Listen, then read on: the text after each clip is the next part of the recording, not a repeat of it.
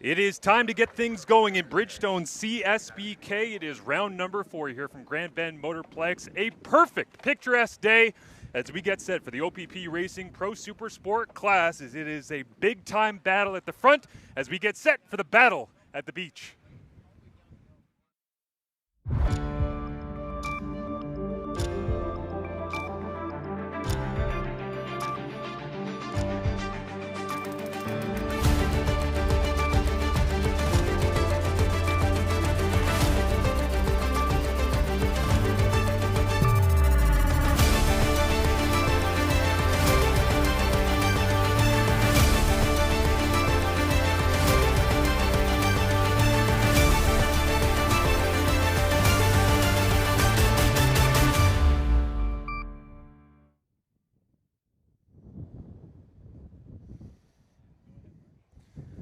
Welcome back, everybody, as we are ready to get rolling here from Grand Bend Motorplex. I cannot express how gorgeous of a day this is, and fantastic to be here with a live stream in Bridgestone CSBK, the first time with this endeavor, as we thank all of the sponsors, the partners, and of course the CSBK team for making this a reality to bring you racing, Superbike racing, from right here on the beach on the shores of Lake Huron. And it, of course, is a tremendous matchup between a couple of major riders at the front.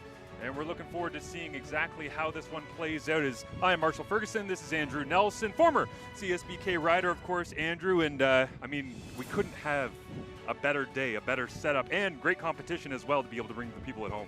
Yeah, this is awesome. Obviously, for the first time going live all over the world on this is great. And then what a beautiful day. I mean, it's hot, it's windy.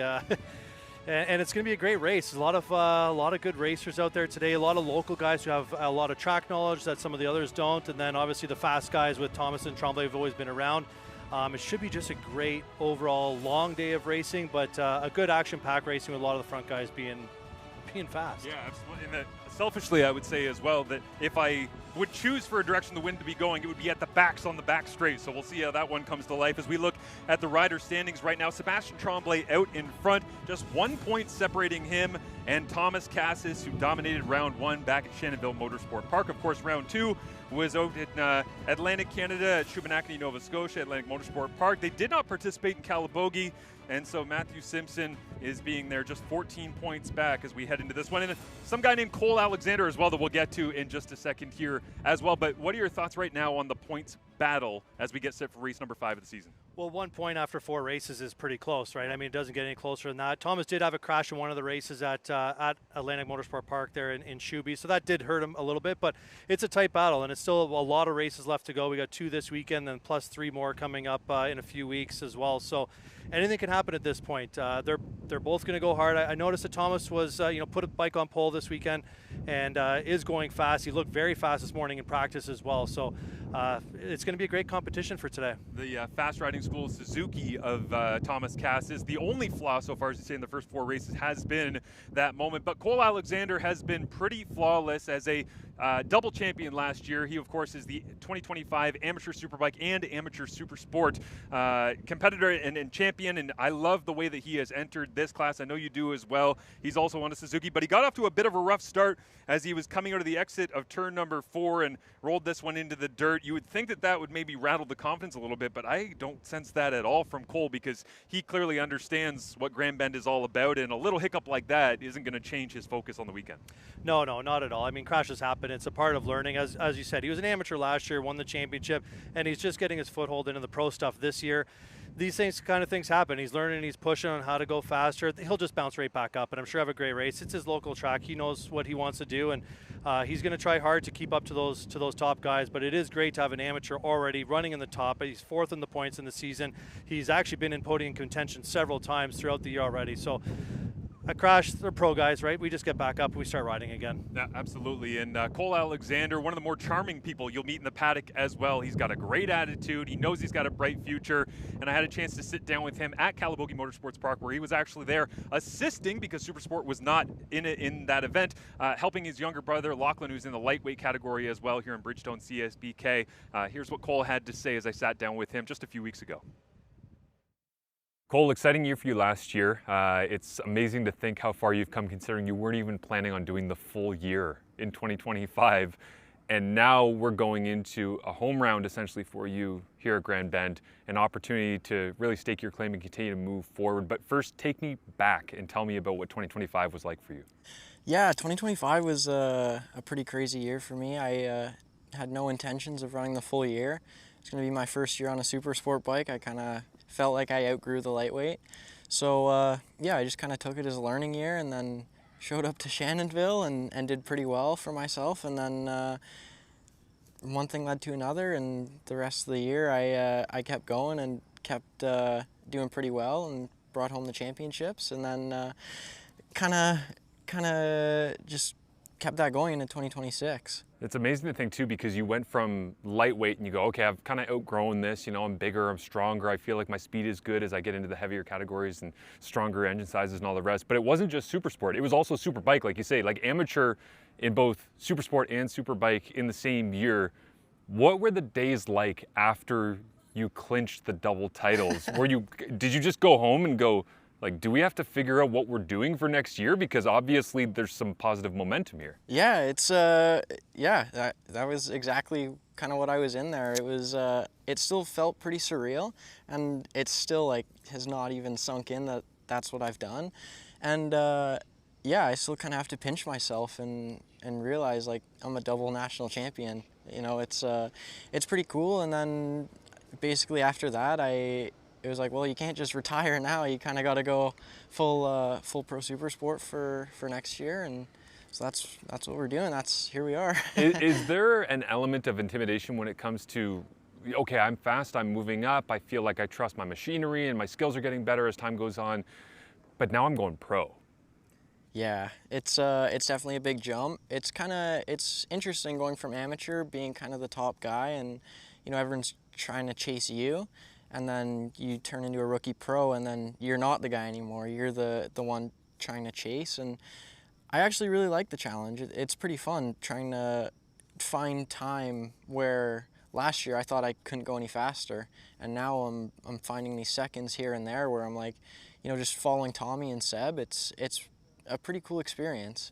I'm learning lots, and I'm excited to keep learning. Have you had any of those, you know, welcome to the pro ranks kind of moments early on in this 2026 season? I actually have in Shuby at the last round there, and I think it was the second lap of practice Friday morning, and Torin just torpedoed me right into turn number 2.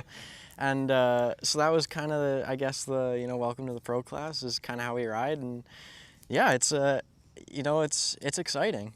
Is there an element of that as well? When you talk about Torin, we all understand that he's extremely aggressive and he loves to get elbows out and all the rest, but at a certain point, everyone who's in the pro category has sharpened their skills and knows how to use their bikes as, you know, block passes and all the rest. So I imagine on your list of things that you'd like to accomplish as you continue to grow and develop, that would be pretty high up, is figuring out when to take those risks, when to time passes. Yeah, exactly. It's definitely been a big learning experience in the pro class now. In amateur, you could kind of get away with a lot more stuff, but now it's very strategic. You gotta kind of study the guy and find out where you're quicker and where you can make the move and try and build a gap. But it's a fun challenge. I like it. It's a lot more than just going fast on a bike. It's a lot of mental stuff, and yeah, it's a lot of fun.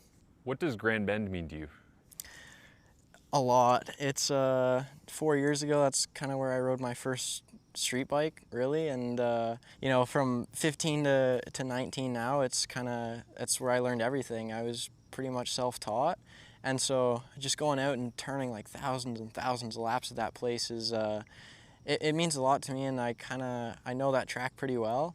And I have a lot of friends and family there, obviously in the SOAR series. It's a big family, and so yeah, I'm excited to come back there as my first pro national, and hopefully I can do pretty well. I know you're going to have lots of support, but what is it about that SOAR big family that you speak of and that culture that's been created in and around Grand Bend that makes that such a welcoming environment for you?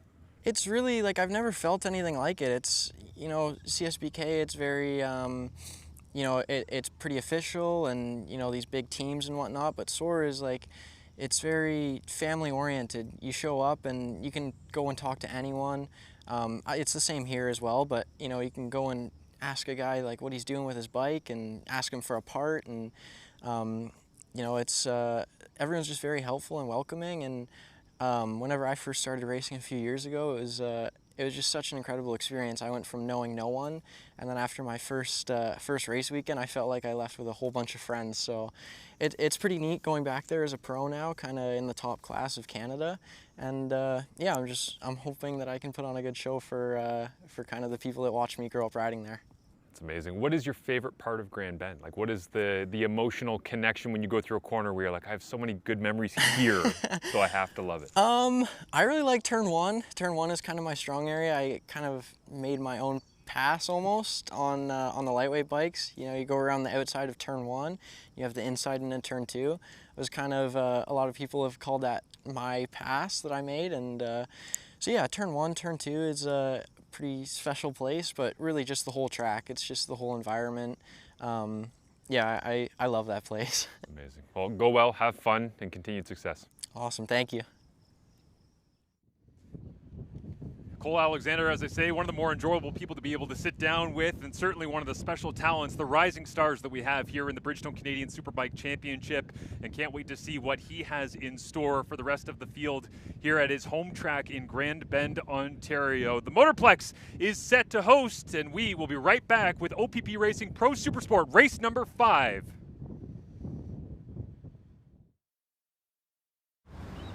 Go the distance on the Bridgestone Ultra Weather tire. Engineered with our advanced Peak Life polymer compound for long-lasting wear resistance.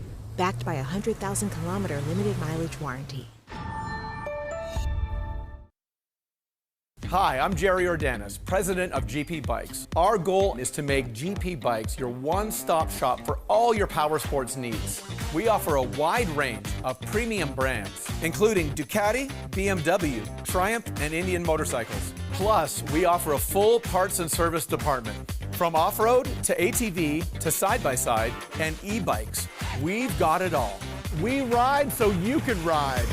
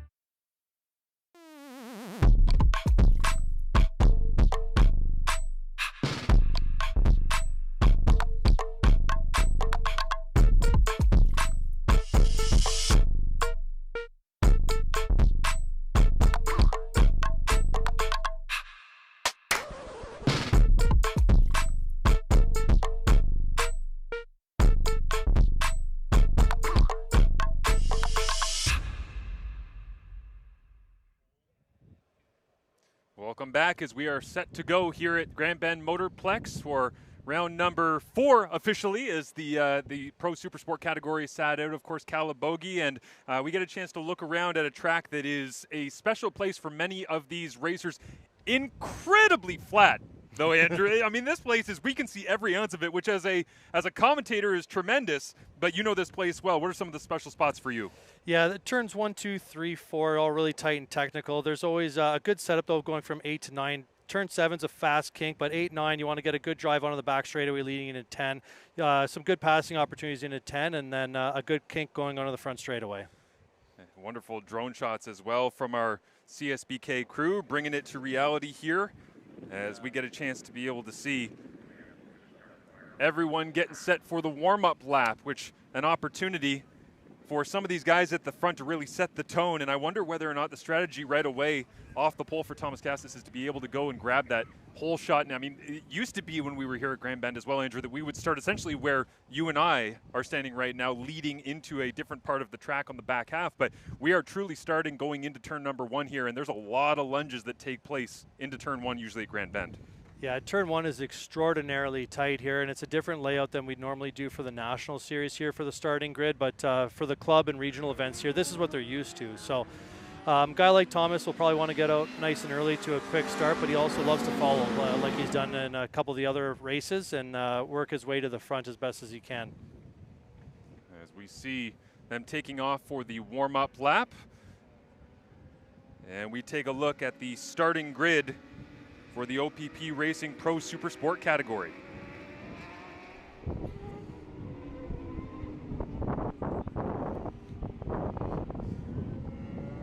Yeah, so we had a lot of locals, Dante Busek and Marco Sousa in the rows 4 and 5. And putting it on pole was Thomas Gazas with a great lap of 104.5, half a second on top of former champion Sebastian Tremblay. And Matt Simpson, and then local fast rookie of the potential year is Cole Alexander in 5th.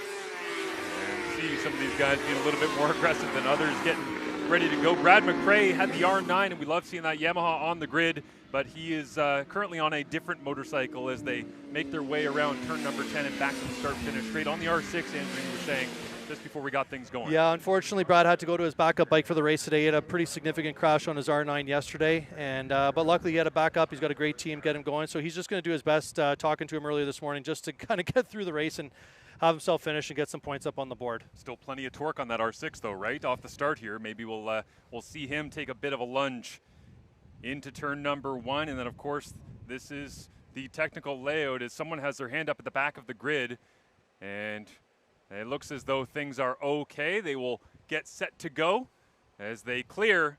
And from Grand Bend Motorplex, it's a pleasure to have you along with us. Getting set for race number 5, and the lights are out. We're off and running as Thomas Cassis, a bit of a wheelie as well, lost the drive. Tremblay takes a look into turn number 1 on the outside, and he can't get there. Long way around, while Cole Alexander looks like he made his way up into 3rd as it stands right now. Everyone clean through turn number 2. Through 3 and up into 4, and it is Thomas Cassis leading them into turn 5.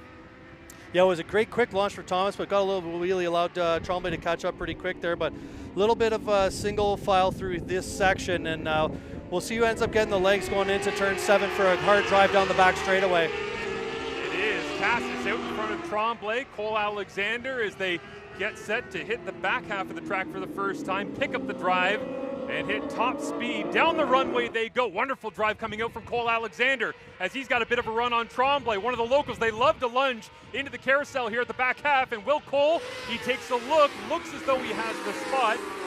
And it will be Cole Alexander picking up a place as now Tremblay with a bit of pressure coming in from behind already from 4th position as well. But Cassis leads lap number 1 at Grand Bend. Yeah, great start for Thomas to get a half a second lead here off the first lap. He really was pushing hard this morning in practice to try to get those early laps to be set up so he can go fast in the early part of the race. He's typically faster in the last part of the race, but Cole looked great there. Got a great drive down the back straightaway and put a good pass on Tremblay. And you know, these guys are tightly packed. I think Cole might just sit there and see what Thomas has, knowing that Thomas was fastest by quite a significant amount in all practice and in qualifying. Let's see if Cole just sits there and watches what Thomas is going to do and where he puts the bike. Nathan Playford as well sitting in. Great to see him back on the grid on the Ducati as he's in 5th position right now, but this breakaway group at the front is 8 riders deep. Cole Alexander sitting in 2nd position in behind Thomas Cassis. Sebastian Tremblay gives chase as well, and once again picking up the drive and heading down the back straight. It's Cole Alexander. He got close, but not close enough to throw a lunge down the inside. A little bit of maybe responsibility from the young man there on the Suzuki. Yeah, I think he realized he got a good drive, but it is a tough corner to pass it because it's such a fast entry speed corner with a lot of deceleration. It curves around a long carousel. So I think he's just going to sit there, but who knows? He's young, he's hungry, he's aggressive. Maybe he wants to put a nose in there and just see, lead his first pro race of the year. Maybe he's just going to try to jam it inside of Thomas somewhere that Thomas maybe not expecting. Cole probably knows a few little areas to make passes that could probably catch Thomas off guard a bit. Great race to open things up here on the CSBK live stream, as well on the FIM streaming pages and CSBK Facebook as well. Great to have everyone along with us, and we thank you for being here with us as we carry through. Now this breakaway pack is going about 6 deep as Mac Wheel's starting to fall off the back end just a little bit. And Cole Alexander trying to track down Thomas Cassis. Haven't mentioned Matthew Simpson as well yet either. It seems as though he's always kind of sitting in the shadows waiting for his opportunity, but gains solid points race after race. As they head into the carousel. Yep, right now you just can kind of see that it looks like Thomas has got the pace of the first part of the lap, the first half of it. He's pulling a bit of a gap, and then Cole's able to close it down the second half. So Cole will have to kind of figure out the tighter stuff here early part if he doesn't want to have Thomas run away with this one. Thomas is just kind of riding through. It looks very, very comfortable everywhere he's going, hitting his perfect lines. Every section he's doing does not look out of control whatsoever, and I can tell Cole's trying to ride real hard through the early part here, where Thomas is just able to gap them through here from basically turn 3 all the way to turn 8, just a little quicker in the really technical stuff. It is Suzuki, Suzuki, Suzuki. 1, 2, and 3 right past us here on the exit of turn number 5 as we get a great look at the riding position in the body as Mac Wheel has moved up into 7th spot as well, and now trying to latch his way on to that lead pack of 6 and setting the pace up front.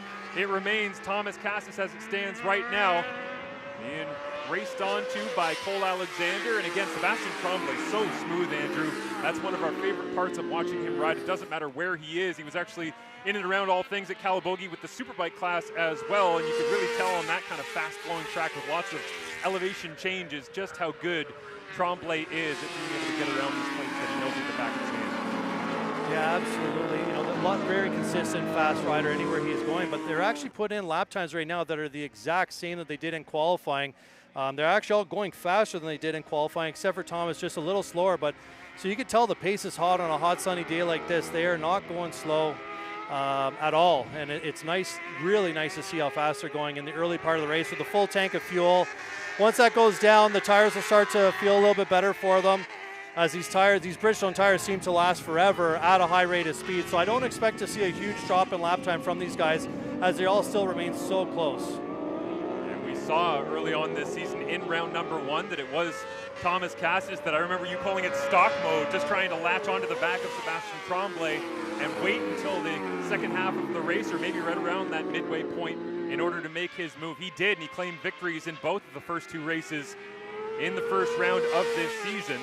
And everyone feeling each other out a little bit here after the excitement on the opening lap of Cole Alexander making the move to slot himself into second, but Tremblay very content, you have to imagine, right now sitting in this position, and the front 5 starting to break away just a little bit, as well as Cassis smooth through the inner side of the turn 2, turn 3, turn 4 complex, and then heads back towards turn 5 right here. Yeah, Thomas is making it look smooth. Nice pass by Playford coming up on the inside of Simpson. Good dive bomb pass, nice aggressive. Great to see for Playford making the move. You could kind of see that Tremblay was getting away and Simpson wasn't catching him, so he had to make a pass and caught Simpson off guard. So we'll see what kind of power that Ducati has down the straightaway, and maybe start to pull a gap from Simpson and then close up on Tremblay. Playford, bit of a wiggle on the Ducati coming out. Turn number 9, down the back straight he goes, and again Simpson trying to latch onto the back of Playford here as he closes the gap under braking. And it will be Thomas Cassis leading us back to the stripe once again.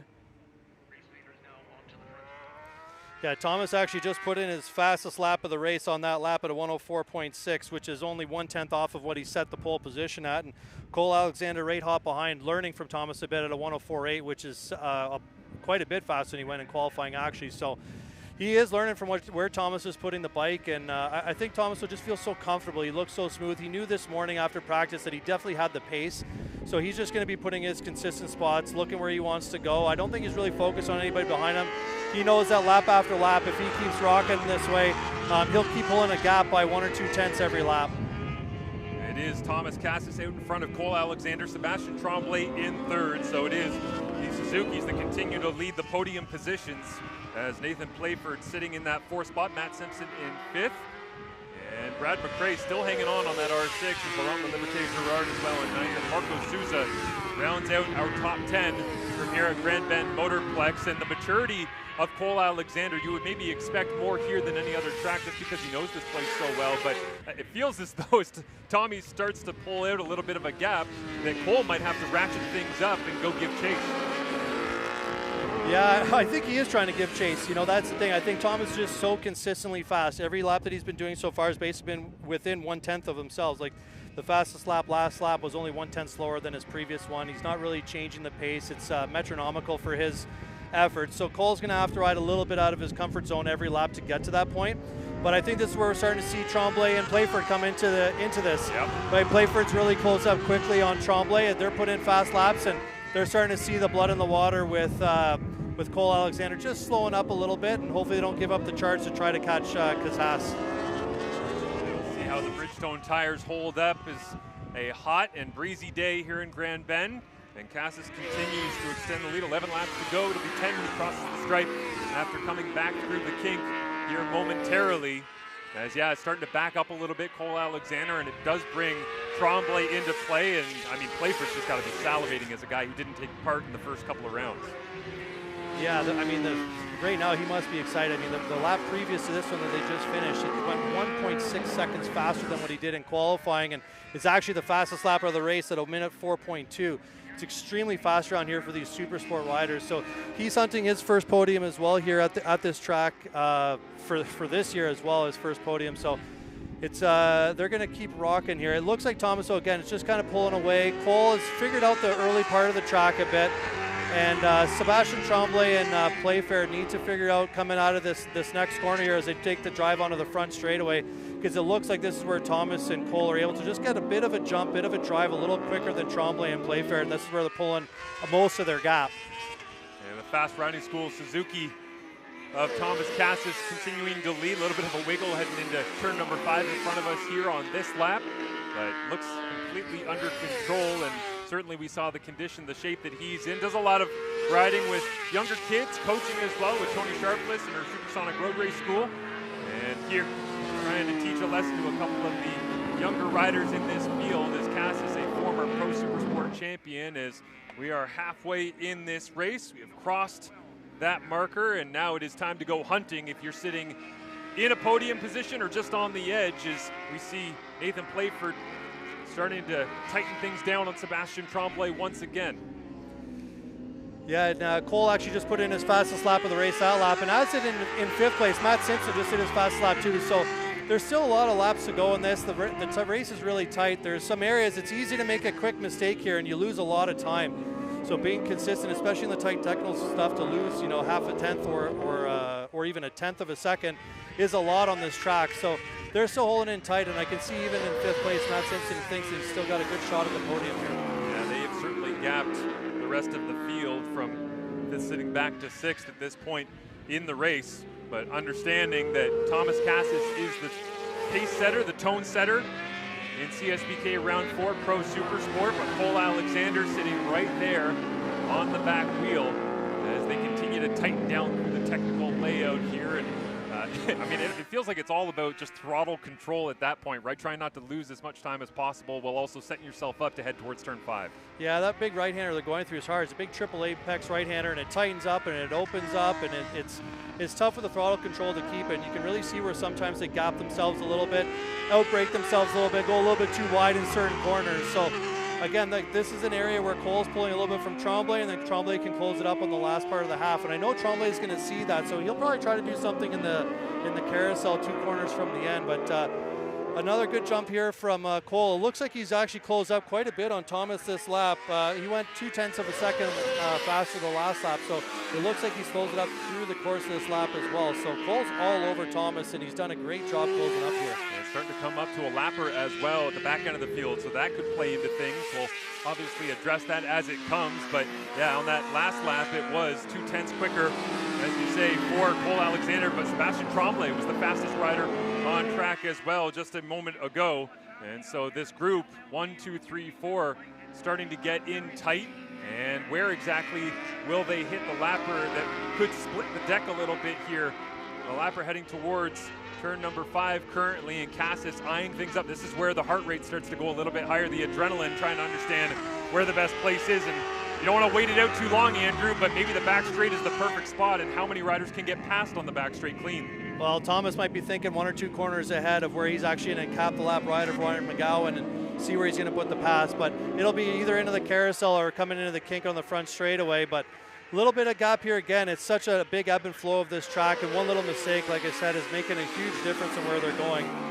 We'll see if Thomas can get around him smoothly here in the carousel to not lose too much time, or at least the flick back onto the front straightaway. Yeah, Cassis takes the long way around through the entry of the carousel. Cole Alexander shoves it up underneath as he does not want to get left behind, and immediately it's a response from Sebastian Tremblay as well. He sees 1, 2, and 3. They all go through clean. Nathan Playford lunges as well to make sure that he does not get separated from the podium position. So the front 4 are through on our lapper, and now it is Matt Simpson trying to make sure that he doesn't get detached too much, but a good job by the front 4 to maintain this battle at the beach. Yeah, and it looks like Cole's really quick into turn 1, so threw on the brakes there. He was ready to go, and Matt just put a really tight pass on the lapper as well, just to not lose any extra time. But you can see this is probably the closest that Cole's been all race to Thomas since really lap 1 going into this corner before the back straightaway. So we'll see if he starts to get that good drive like he had earlier in the race. To know that he was able to potentially set up Thomas going into the carousel here like he did at the early part of lap 1, 2, and 3. The only rider to be in the 104s on that last lap was Sebastian Tremblay from ST Motorsports, his own production. It wasn't by much, but Cole Alexander has tightened the gap down once again on the front as Thomas Cassis, I'm sure, can hear that fellow Suzuki engine right in the side of his helmet. Down into turn number 1 they go, and Alexander starting to shop a little bit more than we've seen in the first half of this race. Yeah, he's a little bit of hunting now. He's excited with what's happening right in front of him. He's just thinking of, where can I potentially pass Thomas with all the speed that Thomas is carrying. Thomas with a little bit of movement there on the rear end coming out, so maybe the tires getting a little bit greasy on such a hot day that we have today. And Cole might have seen that, might have made him a little more excited to try to catch Thomas here. Yeah, the tires starting to light on fire at Grand Bend Motorplex. As the evolution of this race, it felt like at the start it was Cassis with all the pace. Alexander was hot for the first few, settled in, and Tremblay once again refusing to allow anything to come between him and this front pair that has dominated the pace so far in race number 5 of the OPP Racing Pro Super Sport category. Back across the stripes they go as we have 4 laps to go, and Cole Alexander dips a toe down into turn number 1, getting aggressive with it, and Cassis the fastest lap of the race. Yeah, fast lap there for Thomas for sure at 104.6, faster than he went in qualifying as well. So it's a hot pace with only 4 laps to go. But Cole's not giving that up either. Like this is a great racing to watch these two battling for it. Cole's a young kid, wants his first national win in the pro ranks. It was interesting to see they got slightly different gearing for how they're coming out of the corners. They're on the same bikes, but their gearing seems to be a little bit different. So obviously, definitely different setups, different riding needs of how they're going. And but it looks like they're pulling just a bit of gap now on Tremblay, and I think it's going to be kind of down to these last 2, bearing any mistakes. Yeah, absolutely. As Sebastian Tremblay, now we see Matt Simpson taking a look on Nathan Playford down into the carousel. He had tightened down the gap coming through the 5, 6, 7 area, and now Matthew Simpson makes the move. So Nathan Playford that had the tremendous lunge on Simpson earlier on in this one. And if we see Simpson up into 4th position as Cassis crosses the line once again. Cole Alexander all over his rear tire. And Sebastian Tremblay sitting a little bit by himself, but I wonder if Simpson has enough pace to try and catch up and potentially dip his toes into the podium. It'll be a pretty steep hill to climb for Simpson, but who knows in the race? Like these are really tight corners, and if there's any tight passing, bump somebody off, then that door opens for a potential podium, which I'm sure is in Simpson's mind here. Yeah, absolutely. Andrew, Thomas is so strong out of this corner, pulls a big gap, and Cole's really got to close it down coming into the brakes. Oh, and we have Nathan Playford off in turn number 5 as Playford, that bike's still running, but should be yellow flags flying here at Grand Bend. Unfortunate to see Playford, who's been such hot pace, and potentially the pressure that was applied by Matthew Simpson leading to an error here in turn number 5. As we heard that Ducati starting to rumble into the grass. Yellow flags are out, but Cassis continues at the front ahead of Cole Alexander and Sebastian Tremblay, and Simpson running by himself in 4th position with 2 laps remaining. Yeah, we're going to come into lap traffic here with 2 laps to go. It's going to get really exciting. Hopefully there's some flags out there letting the lappers know the leaders are coming through, so it doesn't cause any unneeded disturbances on the track here. And the leaders are coming around as Nathan Playford sits on the exit of turn number 5 right now with his Ducati and obviously distraught, but the yellow flags playing into the pace here for Cassis as they come up onto a lapper as well. And Tommy trying to respect the yellow flags but also push the pace, which puts him in a difficult situation, especially when you factor in lappers. This is going to close the gap up completely here. Unfortunately, the timing of the yellow flag could not have been any worse for Thomas, but it worked out really well for Cole. And even for Tremblay a little bit. Cole's right in tight on here. Might take a peek on him coming off on the brakes. He's got the drive down into the carousel. Cole Alexander takes a look and decides on a slightly different line, it appears, from Thomas Cassis to just hang on for a second. And so Cassis will come back to the line as we get set for the last lap here at Grand Bend Motorplex, and Cole Alexander knows that this is go time. Don't think any more lappers will factor into this race as the front 3 have tightened down significantly, kind of as a result there, Andrew, of seeing Cole Alexander get tight with Thomas Cassis at the front. Sebastian Tremblay sitting ready to pounce. Yeah, it's tight. They lost a second that lap just due to the lap traffic, so that's why I brought the whole group right tight together. Cole's going to look for an area. Made a little mistake coming in there, a bit too hot, and it's given Thomas a pretty big gap here, but Tremblay sees that mistake, and maybe Tremblay will try to make a dive bomb. And it is through the yellows for the final time as Playford crosses the track now to get on the inside and away from trouble. But down the back straight they go, one final time, and it is Thomas Cassis. Does Cole Alexander have anything for him? It's a big gap heading down into the carousel. Won't be able to do anything on this corner. Is there enough speed carried in that he might take a shot coming out of the kink and to the stripe? Not much room to be able to maneuver through there, but Alexander picks up the drive as best he can. And regardless, the checkered flag belongs to Thomas Cassis once again in OPP Racing Pro Supersport 2026. What a ride from Cole Alexander, and Sebastian Tremblay rounds out our podium. Great race. Thomas looked awesome through the whole race, putting in lap after lap, but awesome ride for Cole Alexander on that GSXR 750 of his to put on the podium for a national pro podium for him is great after being the champion last year. I'm sure these guys are tired on this tight technical track here in Grand Bend. It's hard on the upper body, turning the bike side by side, but side to side. Cassis gives a wave as he heads around to receive the checkered flag and celebrate a successful outing as the wind hit. It's kind of funny, Andrew, in the middle of that race, the wind completely changed direction. It went from being at their back on the back straight to actually kind of into their faces a little bit. So didn't factor in too much in this race, but certainly something that they've had to contend with. And Tommy Cassis happy to bring home a victory here, just like he did for the first couple of races this season. Didn't expect to be racing the full year, but the support he's gotten from Fast Riding School after the first pair of victories at Shenandoah Motorsport Park, he said, guys, we got to contemplate maybe deciding to put together a full season effort, and it is rewarded here in Grand Bend.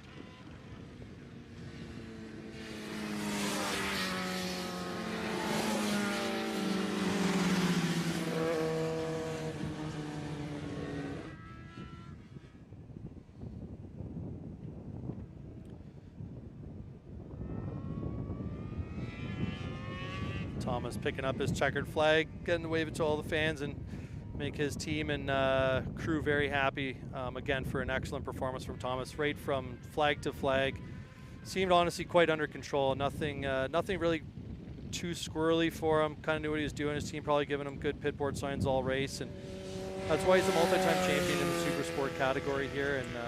And he knows what he's doing. He knows what he's looking for out of the bike, and his consistency is key to his success. Yeah, rhythmic. Certainly we'll get a chance to review the lap times before we head into race number 6 coming up tomorrow, as we are also on the live stream for all races tomorrow here at Grand Bend Motorplex. Were you a flag in the boot or a flag in the side, or where'd you like to put it? Well, I loved having the flag in the boot to start, but then it depends on the track. When you put it in your hand, that thing wants to fly out pretty good. I'm always amazed watching the MotoGP or World Superbike guys that got those big flags. I don't know how they don't fall off the bike carrying those things.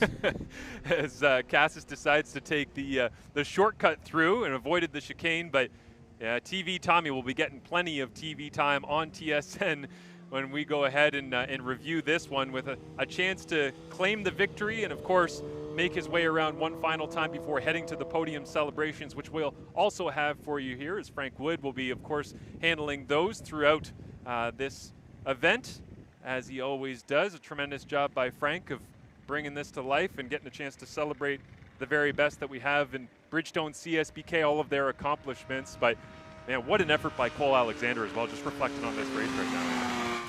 Yeah, it was a great race by him, right? He fell back a little bit, worked his way back up on the last few laps of the race. I think, honestly, he was lining himself up for a pretty good challenge, but he just pushed the front a little bit too hard into turn number 5. It made him go wide, and that's where Thomas put the final nail in the coffin and had the gap. I'm sure he'll be hungry tomorrow. Yeah, no doubt. And I always think as well, Sebastian Tremblay never goes backwards in terms of pace or confidence, and usually as a result, his final standing from a Saturday into a Sunday. And so expect the 24 of ST Motorsports to bring the fight to Cassis once again tomorrow, as we see Tommy Cassis getting ready to pull in and celebrate down at the podium. And a tremendous opportunity to see the OPP Racing Pro Supersport class come to life and get set. I do not know how Matt Simpson is going to be able to push the pace and get onto that podium step as well tomorrow, but certainly in this class specifically, the competition level is always incredibly high, and it's not a 2 or a 3 guy race. It's like we're always 5-6 deep. Yeah, it's one of the things that's great about the Canadian racing, right? Our rules are pretty similar that allow the bikes to be competitive for everybody. We don't get a lot of testing like a lot of the other series do. So you kind of show up and you run what you brung, and then you work it out through the weekend. I think in that race, Matt just didn't really get off to a good start at the start of it, and he kind of fell himself backwards a bit. But near the end of the race, he started picking up his speed. So he'll look forward to changing that so he can start off the race a little bit faster tomorrow. Yeah, and I wonder if the whole shot is a little bit more aggressive tomorrow, potentially, as well as they understand the true pace that Tommy Cassis has now that they have seen it in person. I'm sure Cole Alexander will say that he had a couple of moments where he thought about it. I mean, we saw a couple at the end of the back straight and also a couple of times into turn 5 where he really tightened down. But again, the maturity for a guy that's relatively young, right, and new to the pro category, you have to think that as they pull Tommy Cassis's fast riding school Suzuki into the podium celebrations, that Cole thought discretion was the better part of valor on this day. The question is whether or not it will be tomorrow, with Sebastian Tremblay already deep in the debrief there as well.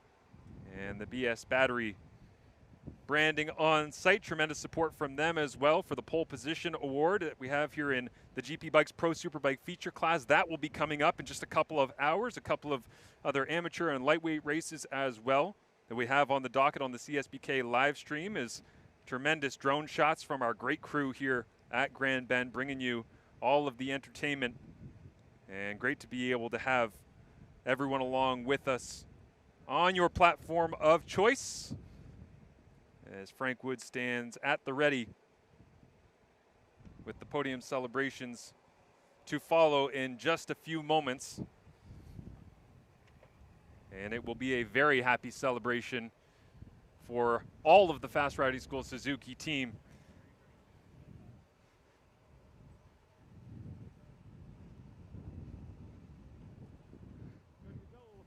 So having said that, let's call up our top 3 finishers.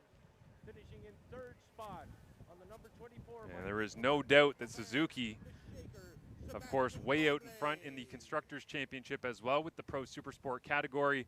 We'll be very happy with this result and how it's played out. Unfortunate again for Nathan Playford to go down right next to us in turn number 5, and please, the yellow flag threw some rookie difficulty in, but Cole Alexander applied by Matt Simpson, obviously changing the result of his race at this point. And to the top of the box, a very Bridgestone important tires win for held this on man. all race Comes into long. this national round Thomas in Cassis second spot in the national plays point the victor. standings. This race may have changed. Heading that. up Would you welcome to the please podium for Columbia's announcements loss, Canada's gain, as Thomas they identify the Cassis. top three, of course. Cassis on top, Cole Alexander.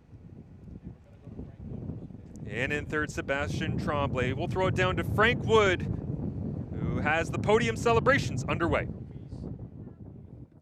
Helmets, a smile as though you enjoyed your race. We sure enjoyed it. That's a certainty. And given the go-ahead, I will chat with our top three.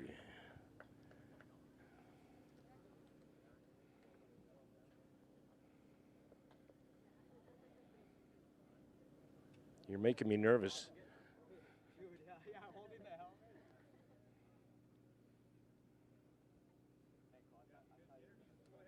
Okay, I'm going to go with this, and we make our way over to this side of the podium, and our third place finisher, Sebastian Tremblay. Boy, it was an exciting race to watch, Sebastian, and you actually had the best seat in the house.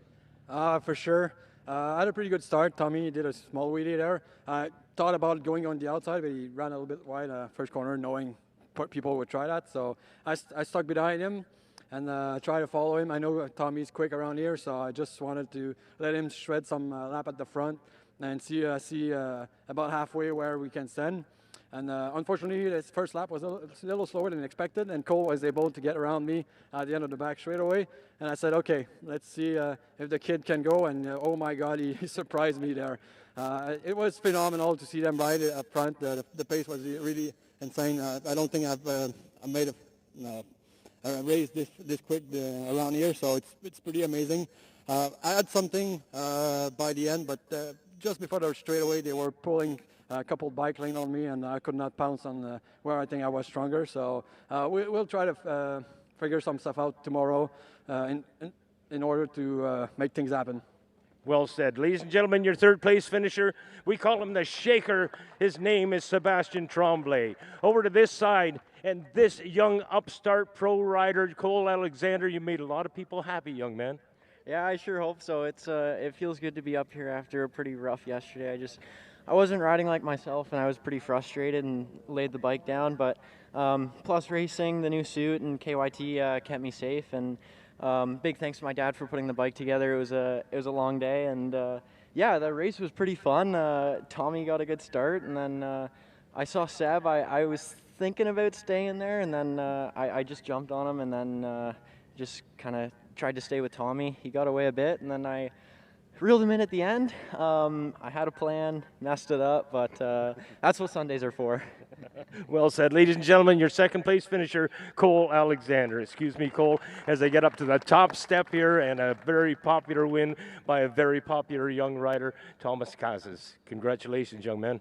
Thank you, Frank. You know, it was a hot one out there, and these guys kept me honest till the end. You know, off the start, when my the front of the bike was facing the sky, I said for sure Seb or Cole will get through here, but luckily I managed to keep it up front, and yeah, I was able to put in a good first fast laps and then pull a little bit of a gap, but they did a really good job on reeling me in, and yeah, at the end there, coming up on Marco, I had to do quite the aggressive pass, so apologize for that, but yeah, we were able to make that pass and bring it home in first place. And yeah, tomorrow we'll have to bring our A game because these guys are on it, and I know they're going to be right there. So big congrats to the both of them, and yeah, big thank you to the whole crowd, everyone that's come out here to watch. I know it's a hot one. Big thank you to CSBK, the marshals, everyone for putting on the live stream. It's pretty awesome to be able to get this opportunity to get our families and friends watching back home. And yeah, I can't thank enough the Fast Riding School, Suzuki Canada, Fast Sprinting Press team for all the support. My whole guys, my dad, James, Zach, everyone that's behind us. Bickle Racing, Hindle Exhaust, Vortex, Forsaken Triples, DP Brakes, and everyone that makes it possible. Just a massive thank you.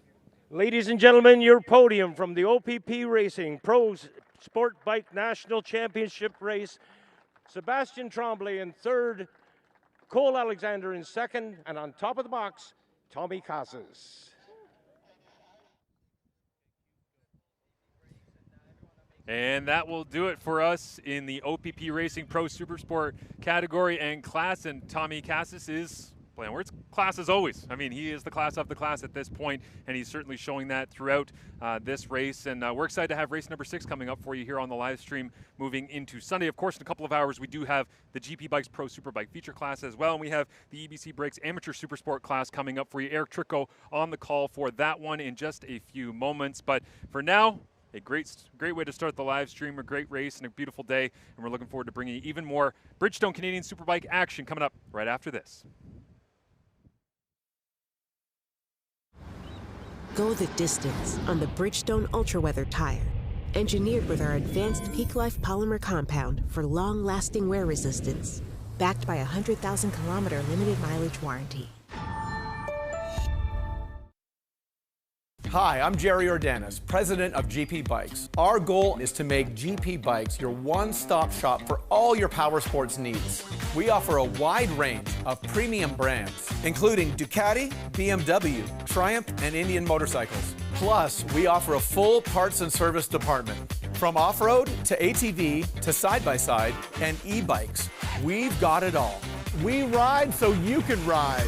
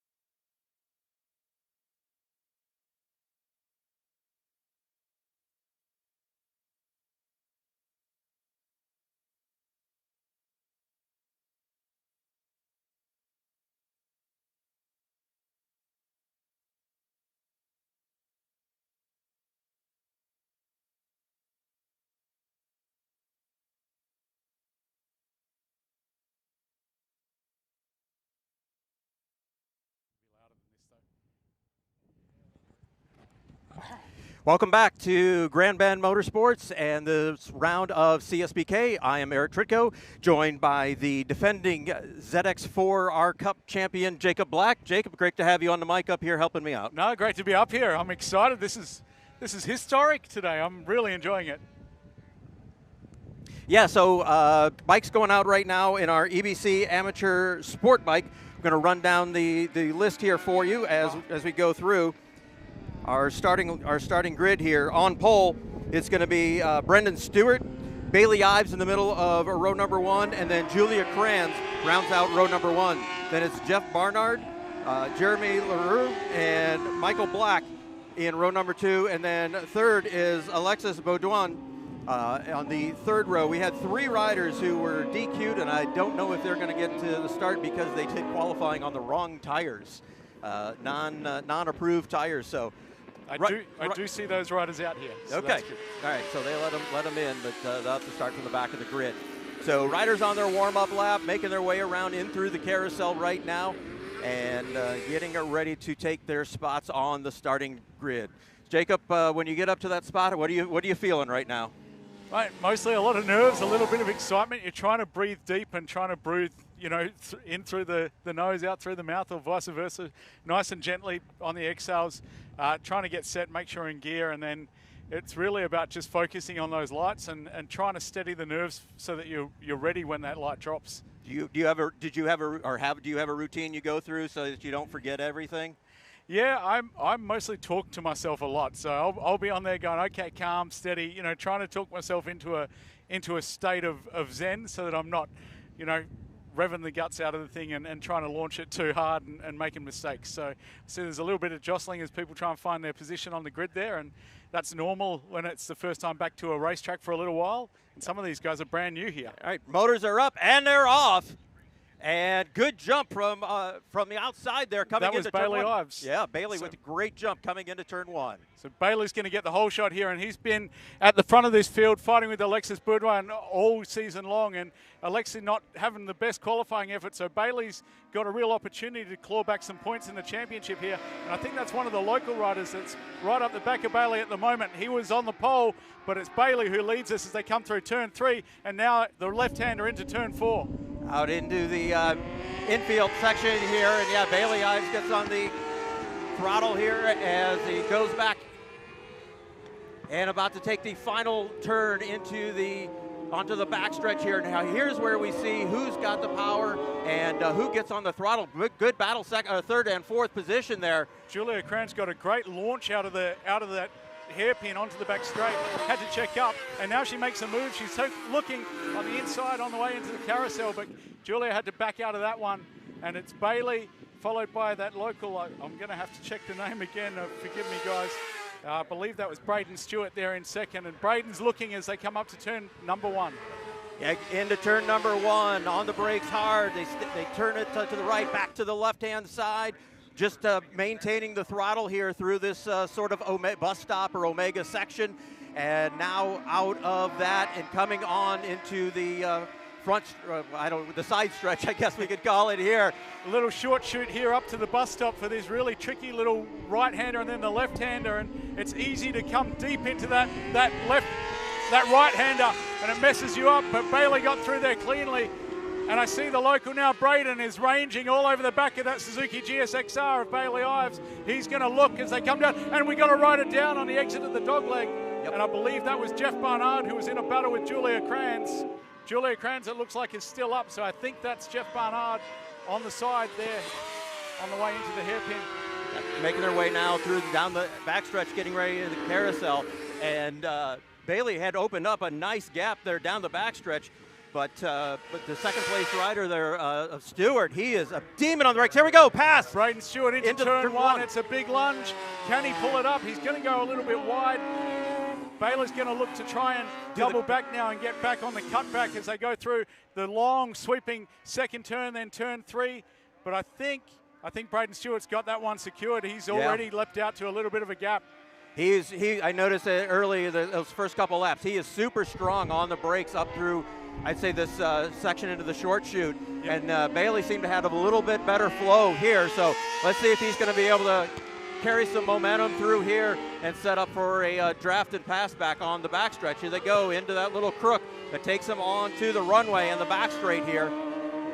So it was Jeff Barnard that crashed, because I see Julia Kranz is there in the third spot, and she's been having a year, Eric. She's been doing really well on that Suzuki, as Julia Kranz, the local here out of Saw. Yeah, not only in this amateur sport bike, but in the amateur superbike as well. He's had some really good results, and I think that's Jeremy Lazur in fourth there that's ranging up on the back of her, and those two have had some very strong battles over the last couple of rounds. As they complete another lap coming through turn 1 and 2 here. Bailey trying to close up the gap just a little bit, but not making too much progress through that area. He's got to maybe just hook on the back here, watch Stewart here for a lap or two, find out where he can find that extra tenth and a half to get right back on his back wheel. Yeah, exactly. Time to go to school for Bailey, because there wasn't a lot in him at qualifying time, and there wasn't a lot in him at the early part of the race, but Braden Stewart is trying to pull the pin. You can see he's trying to get a bit of a gap, and this next lap will tell whether or not Bailey can stick with him or if he's going to have to consolidate and get these championship points in second. All right, down the straightaway once again, and Stewart opens up a pretty good gap there coming down. Now let's see if Ives can turn the table and hit him on the brakes as they come into the carousel, but still, I would say 8-9 bike lengths there at least, maybe 12, as we get a better look as they're making their way through the carousel. Back onto the front stretch here, and yeah, Stewart, I'd say he's got control of this thing now. He just needs to be smart about things. He's got it by the scruff of the neck, but Bailey has a bigger picture to think about too. Alex Boudin, his main championship contender, he's back down in 5th at the moment and several bike lengths back off the battle between Julia Kranz and Jeremy Lazur for 3rd. So Bailey Ives has a real opportunity to grab some ground and make some points gain in this championship fight. Oh, Bailey's just had a big moment yeah. Coming out of the carousel there down on the short chute. That Suzuki was lit up at the back end. It's Taylor. He is pushing hard. So everything I said about maybe Bailey's going to consolidate a little bit and take this opportunity, well, you can throw that out the window. I'm a moron. Off he goes. Yeah, well, come on, you're a racer. You know it. You consolidate not this early in the race. Bailey's going to start pushing hard, figure out how much tire he's got underneath him, how comfortable he is pushing the front end and the rear end of that bike as he charges down once again into the carousel. Maybe closes up. That is definitely a smaller gap this time by. So he did, even with that moment he had in the short chute, he is carrying it through and has closed a couple bike lengths here. Let's see if he can do anything here into turn 1 and close that gap just a little bit more. Last time down the back straight there, Bailey did have a look over his shoulder to see who was around him and what was around him. So he knows that he's got a big gap to the rider in 3rd place there, Julia Kranz. So now Bailey's got an opportunity. Okay, do I afford to push? If I make a little mistake, I can recover some of that time, or do I try and consolidate this position? And Bailey's a racer. Yeah, well, I mean, 7 laps to go here, so plenty of time. He doesn't need to do anything right now, and he's just, yeah, probably taking a moment, but pushing where he can, trying to find that 10th and a half here as they make their way once again onto the runway here. And let's see, can he close up again, this time down? I think Braden has a fairly decent amount of motor, or he's getting a really good drive, because he managed to open up a gap on the first part of that back straight down the horsepower highway, and then Bailey ranges back in the carousel. But it could be one of those things. He's a local rider, races here at Soar. He knows exactly where he needs to be on the track, when he can get on that throttle just a little bit more. So, but Bailey's definitely closing up as they come by into turn number 1. That lead looks like it's down to about 1/10 of a second now as they make their way through the bus stop section here, 2, 3, and 4 in the little straight, and then go into the short chute here. Let's see onto that short chute. Does Bailey wick it up here? How's he going to come? How hard is he going to come into it?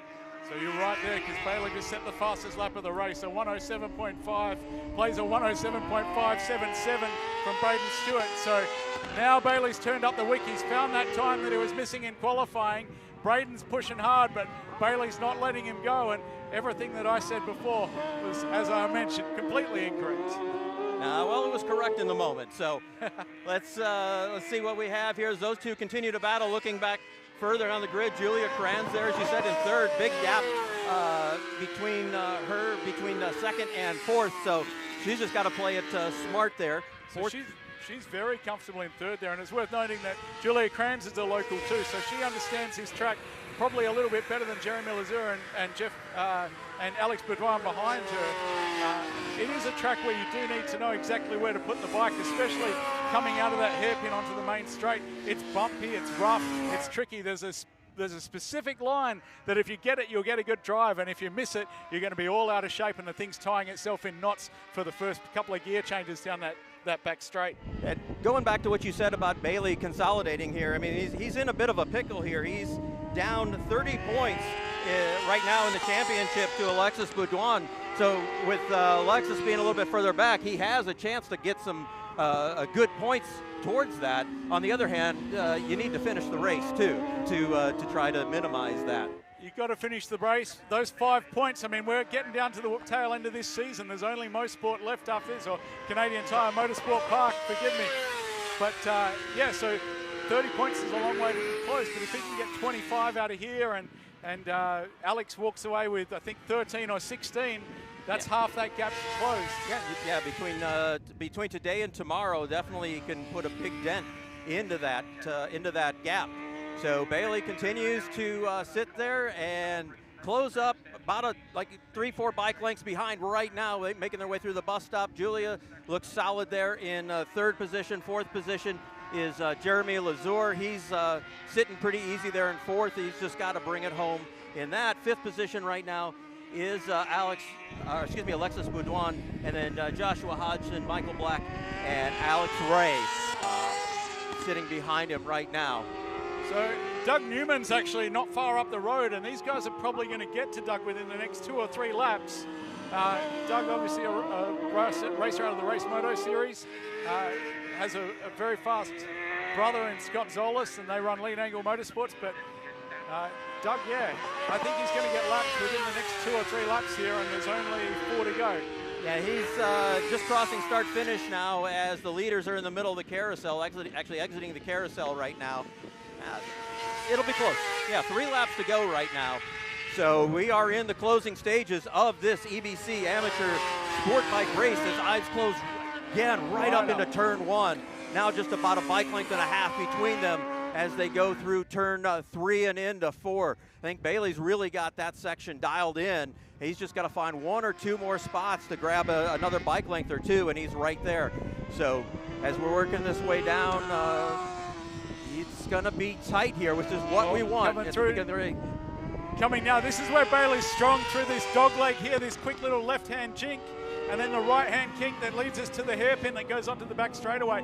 And this is where the local is very strong. He understands that line through that hairpin, gets a good drive.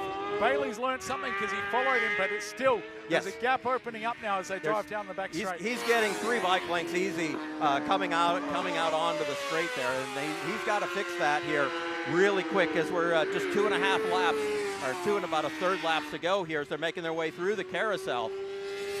Braden Stewart's riding a really good race because he has lived comfortably in the low and mid 7s all race, just sat there, and he doesn't look uncomfortable. He looks like he's very happy to just sit there and ride. But they're going to catch Doug in an awkward place. Catch him here. Probably, hopefully in that short shoot here is where they catch him. They'll be able to get around him. He'll hear them, or maybe they'll get the blue flag to see he's got traffic coming behind him. It looks like he pulled off to the side there. Yep. They've both been bottled. So this is good for Bailey actually, because that's cost a lot of time. But Bailey then's made a mistake.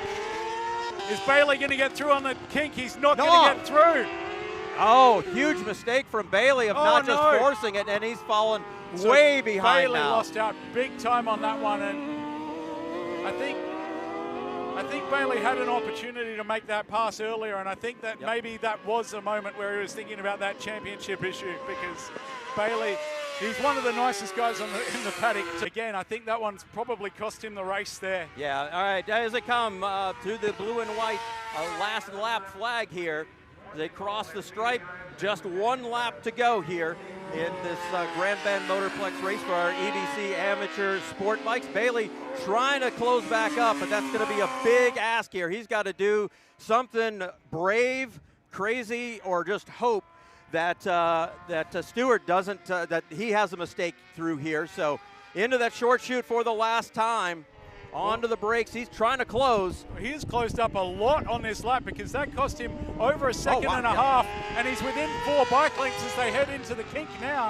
All right, here's where he cannot afford to lose any of that gap coming out onto the backstretch here on the runway. He's just got to wick it now and go and ride any kind of wheel spin, and he did a better job there. He held pretty even. There's not a lot of opportunity now, though, unless Bailey's going to be extremely vicious on the brakes down here into the carousel. But that'll be a late lunge. There's only the little left-hand kink and then the line, and I don't think Bailey's going to be able to do it. No, he's not going to be able to do it. I think Braden Stewart is going to win this race. But it's going to be tight, just a bike length between them as they cross the start-finish line. What a fantastic race. Wow. For these EBC amateur sport bikes. That's what we want to see. Bailey Ives with a 107.1, the fastest lap of the race by far on the last tour of that race. So he was trying right till the end. That issue, you have to wonder what could have been if it wasn't for that issue with the lapped rider. Julia Kranz in third. Yeah, we'll run down the rest here. Fourth is Jeremy Lazur. Fifth was Alexis Boudouin. Sixth, Joshua Hodgson. Seventh, Michael Black. Alexander Ray in eighth. Doug Newman in ninth. And Jeff Barnard, who crashed in the first couple laps there, rounds out the competitors in 10th position. So great race to get our stuff started here. Yeah. And you've got a race here in a little bit. So I'm racing last race of the day, so I'm going to stick with you for the lightweight race if you'll have me. Yep, not a problem. And you know a little bit about the lightweight race. You did a number of laps in that class, so it'll be good to have your insight for that as well. So for Bailey, when they came up on the lappers, should he have just followed Stewart right through there and just stuffed him? He was close. I mean, he could have just followed him through. I think Doug's been around for a long enough time that Bailey probably could have and probably should have. I've been in that situation, and I've done it both ways. I've done it where I have, and I've done it where I haven't. I think Bailey will be regretting that one. If I was him, I'd be regretting that one. But at the same time, in that moment, it's hard to know. And he might not have known who that was. You know, that could have been a young kid out there just having his first go-around, really just coming up to speed and learning. Doug's more experience can probably take it, but you don't know, and Bailey's not going to want to chop someone else up. Yeah, I mean, he wasn't doing anything wrong. He was holding his line. He was doing what he needed to. He didn't have any signal that, hey, people are coming up, so you do what you just hold your line and make them go around you. I don't think anyone would feel any sort of bad way about Doug Newman on that one. As you said, he did absolutely nothing wrong. And, you know, Bailey's last lap of the race, that 107.1, that is a monster time. That's a second and a half faster than he went in qualifying. So he really learned a lot from Braden Stewart. And I'll tell you what, this bodes really well for tomorrow's race. Oh, 100%. Now that Bailey's got the lay of the land here, knows where he needs to work. As I'm sure you know, you sit in the trailer at night and you just have a think about it and just take everything second by second. You know, I would say microdose, but pick your way very, very, very particular through the spots you think you can do something with. And Bailey's got a really good contingent behind him. So that whole East Coast crew, that Down East crew that comes over to help him. I mean, Gary McKinnon's racing himself. Mark Wilson's out here this weekend. Vincent Wilson, who's rapid in his own right, is out here helping him. So Bailey's got a lot of people in his corner and a lot of love. So I think he'll do well. And this does make a big difference in the championship because Alex Boudouin has had a rough weekend. I think he was fortunate probably that Jeff Barnard was unable to finish because that gave him an extra 3 or 4 points that he might need come Canadian Tire Motorsport Park. Yeah, and that's going to be I was looking at the points last night, and I'm going like, well, this could be interesting. We could wrap up a few championships this weekend, or it'll come down to CTMP, which is really what we want. You don't want to wrap stuff up early. You want everything to come down to the last race, the last lap, you know, the whole story that everyone likes to hear. But, yeah, we're going to be going to the podium here in just a couple of minutes and send it down to Frank Wood. We see finishing his victory lap and heading down to the podium. So we'll go to Frank here in a couple minutes. Those guys be able to get up there, spray the champagne, have a drink, or, you know, if they're racing a little bit later, maybe, you know, kind of like pretend to. But, yeah, we'll see. And, man, like I said, great way to get things started. And coming up next will be another great race. And it just the series this year has been really good. You know, some of the fields may not be as big as we want, but we're seeing quality racing throughout it. Whether it doesn't even have to be up front, in the middle, in the pockets. People having good 2, 3, 4 bike battles throughout the series. Every single class that's running out there is electric. Like, it's all worth watching and all turning on some big ones. I mean, Alex, he wasn't quite there today. Maybe he'll be on pace tomorrow. But him and Bailey have been going at it in EBC Brakes Amateur Super Sport, we call it. The lightweight class has been phenomenal as always. We just watched a cracker of a pro super sport race. That was a barnstormer. And Superbikes are going to be exactly the same. You're going to have Superbikes are going to be mega. All right. I want to thank everyone for joining us on this live stream. We're going to hang around a little bit, but we're just about ready to throw it to Frank Wood, who's going to be handling our podium ceremonies.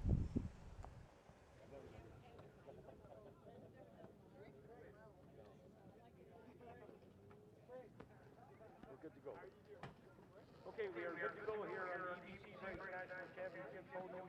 And having said that, it gives me great pleasure to call on our first finisher. Welcome to the podium, number 5, Julia Frere. You go that one, buddy.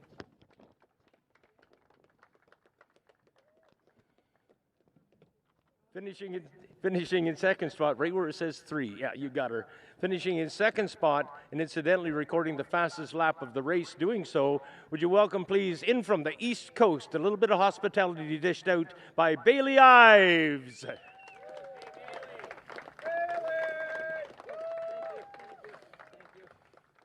And to the top of the box, I love the statement by Braden Stewart, as he said, he got up here a little bit early. We hadn't called him up. He got up here, and he said, well, this is the first time I've done it. So welcome to the podium, Braden Stewart. He also had the fastest lap of the race very early, but him and Bailey Ives were swapping back and forth. Now we need you to stand together nice and close so we can get some photoshops for the media, and then we're going to have a quick chat with you as we move on this program and get this national championship underway. Stand closer there, Bailey, and the photographers will take advantage of this, and I'm giving the nod now. I'm going to go ahead and have a chat with our top 3 riders. We'll start off with Julie Krantz. And Julia, that was a bit of a lonely ride for you. Can you hear me? Yeah. I messed up my start. Had a nice couple of wheelies there, and I tried to put my head down for a couple, but boys were going too good, so I just decided I'll keep the same pace, bring home 3rd. Have fun? Oh yeah, never not have fun. Well said. Julia Krantz in 3rd spot. Over to the other side of the box now, and some words from Bailey Ives. And Bailey, as I mentioned, you set a fast lap of the race, and then Braden returned the favor, set fast lap, and then you set it again. Congratulations, an important points grab. Absolutely, yeah. Points grab is the biggest thing. I mean, we would have liked to win the race, but keeping it upright is most important, so we can stay in it. It was really fun. I didn't think I would stick with Braden. He was really putting in some heaters, and then I got caught on the last lap, of course, with a lapper, and I had to put a really hot lap in, so it felt good. We run him to the line and hopefully put a show on for everybody. Well said. Bailey Ives finishes in 2nd spot. Now to the top of the box. Braden, you commented that you hadn't done this before. Your first national championship race, your first national championship win. Yeah. What more can one say? Congratulations, young man. Thanks, man. That was amazing. I've never had so much fun in a while. Oh, my goodness. I had a bad launch, but you know what? Really got ahead. We played for a little bit. I caught up to pace. He put a good lap down, and I came on the inside and was like, I needed to do it. I had to do it. It was awesome. I want to thank everybody, all my sponsors for supporting me. That was amazing. You know the world's watching? I do. Again, congratulations. 3rd spot to Julia Krantz. 2nd spot to Bailey Ives. And on top of the box, his first national championship race, his first national championship win, Braden Stewart.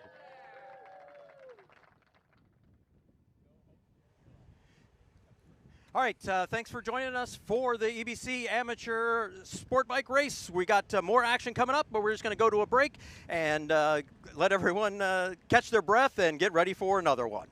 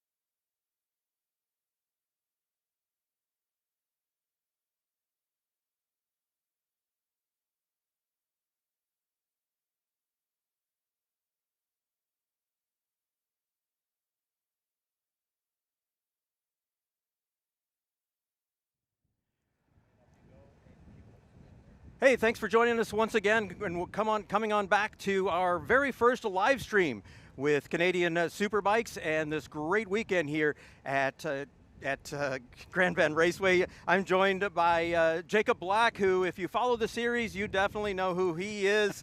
He's won the ZXR 4 championship last year. He's been a longtime runner in the lightweight and a character of his own. Jacob, great to have you with me.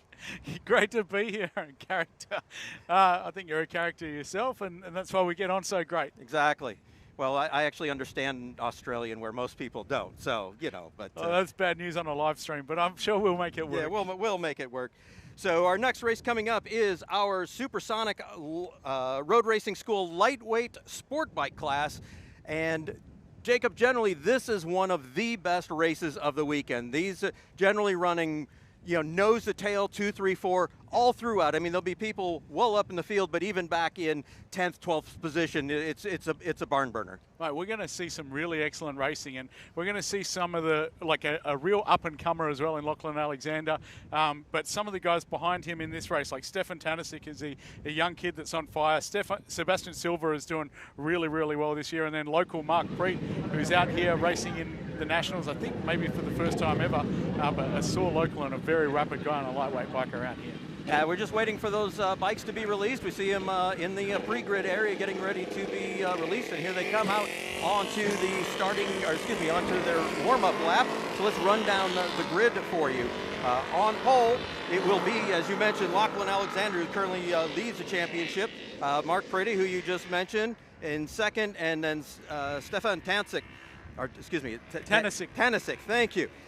Sebastian Silva, wily veteran there. Tony Sharpless, she's done more for the sport than, especially with the road race school than you can ever imagine. Norbert Zhu, another young good kid. Row number 3, David Walker, Jacob Abnett, and Mason Archer, and then in 10th position is Thomas Lane. Now, Jacob Abnett, usually we see him running up closer to the front, but I think he's having some transmission problems this weekend. I've seen him have some trouble through the bus stop on more than one occasion, so we'll definitely have to watch out for that. Yeah, a few of these guys are having trouble here. I mean, this track is bumpy, and it takes a toll on the motorcycle, and it takes a toll on the driveline. So they're getting their head around it. They've got to be really confident with those shifts and really confident with those upshifts and the inputs on the bike, and if they can do that, they'll go forward. But it's given some opportunity, like Tony Sharpless is having a weekend. Yes, absolutely. I mean, I would say you can never count her out, but she can make some noise at the top end of the field. Oh, absolutely, and obviously her school's name on this series, so once again, just some of that support that she's showing to our series and our industry. Yeah, she is definitely training the next generation of racers that we'll be seeing over the next few years. This guy's going to be your person to watch here, Norbert Zhu. Oh, yeah. Starting in the sixth position. Expect him to come through and head towards the front. Him and Dante Busset kind of ruled this class last year, and I think that you'll see him go a little bit further forward than where he's at right now. All right, we'll definitely keep our eyes on him. Middle of row number 2. They are under starters' orders right now, just waiting for the flags to come down to indicate that everyone is ready. Here we go. Lights are about ready to come on. Motors coming up as we are. Someone might have jumped. Nope, and I think he pulled it back. We'll see. That was on the front row. That's such a shame because that was Mark Preet, and he's done such a good job of self-correcting and self-penalising. But what did I say about Norbert Zhu? He's already up there into that third position on the number 10 machine, and Mark Preet. It's a shame that he fumbled the start a little bit, but it shouldn't be a problem. He did self-penalise. He did let people go past. He did lose time. So usually in this series, we take a kind eye if you do that, if you take that upon yourself. Norbert Zhu down the inside into 3. Strong move. That was a brutal pass.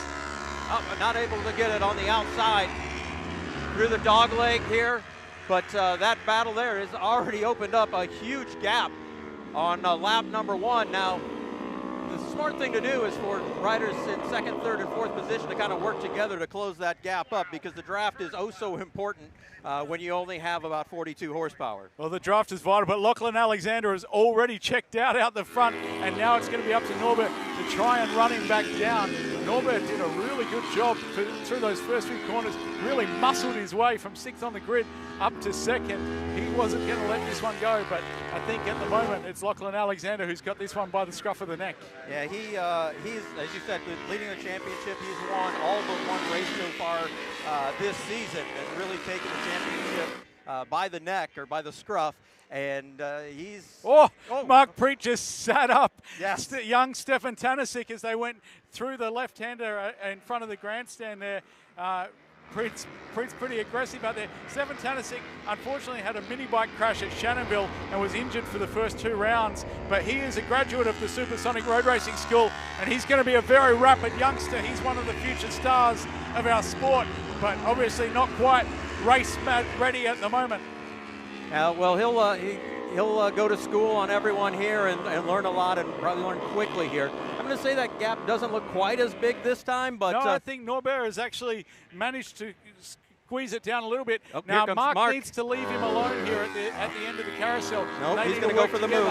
He's going to go for the move on the inside here into the carousel. Nope, he does not. Norbert late on the brakes, just releases it and sails back around the outside. But that would have cost him time. And these two really, if they want to have a chance to win this and catch back up to Lachlan Alexander, really need to work together a little bit more than that. Lachlan Alexander in 11. Oh, big move. Oh. Nah, that just came in from way too far back to make that actually happen. But he is chomping at the bit, trying to get back around Norbert Zhu here as they go up and going to make their way over into the short chute. I think he's going to he's going to try and make a move as they come in to this little infield section here. But he's six bike lengths back on the brakes. Nope, doesn't go for it there. Carrying some speed through the corner. I think he's setting up now, so I think Mark's got this one figured out that he's going to make this move at the end of the back straight here as they come up through the dog leg and up towards the hairpin. Mark Preet's sitting back a little bit. He's going to get a good run through the hairpin. Range up on the back of Norbert. He's got a good drive. Yeah, now he's in the draft, and I think you'll see this pass come pretty cleanly about 3/4 of the way down the back straight here.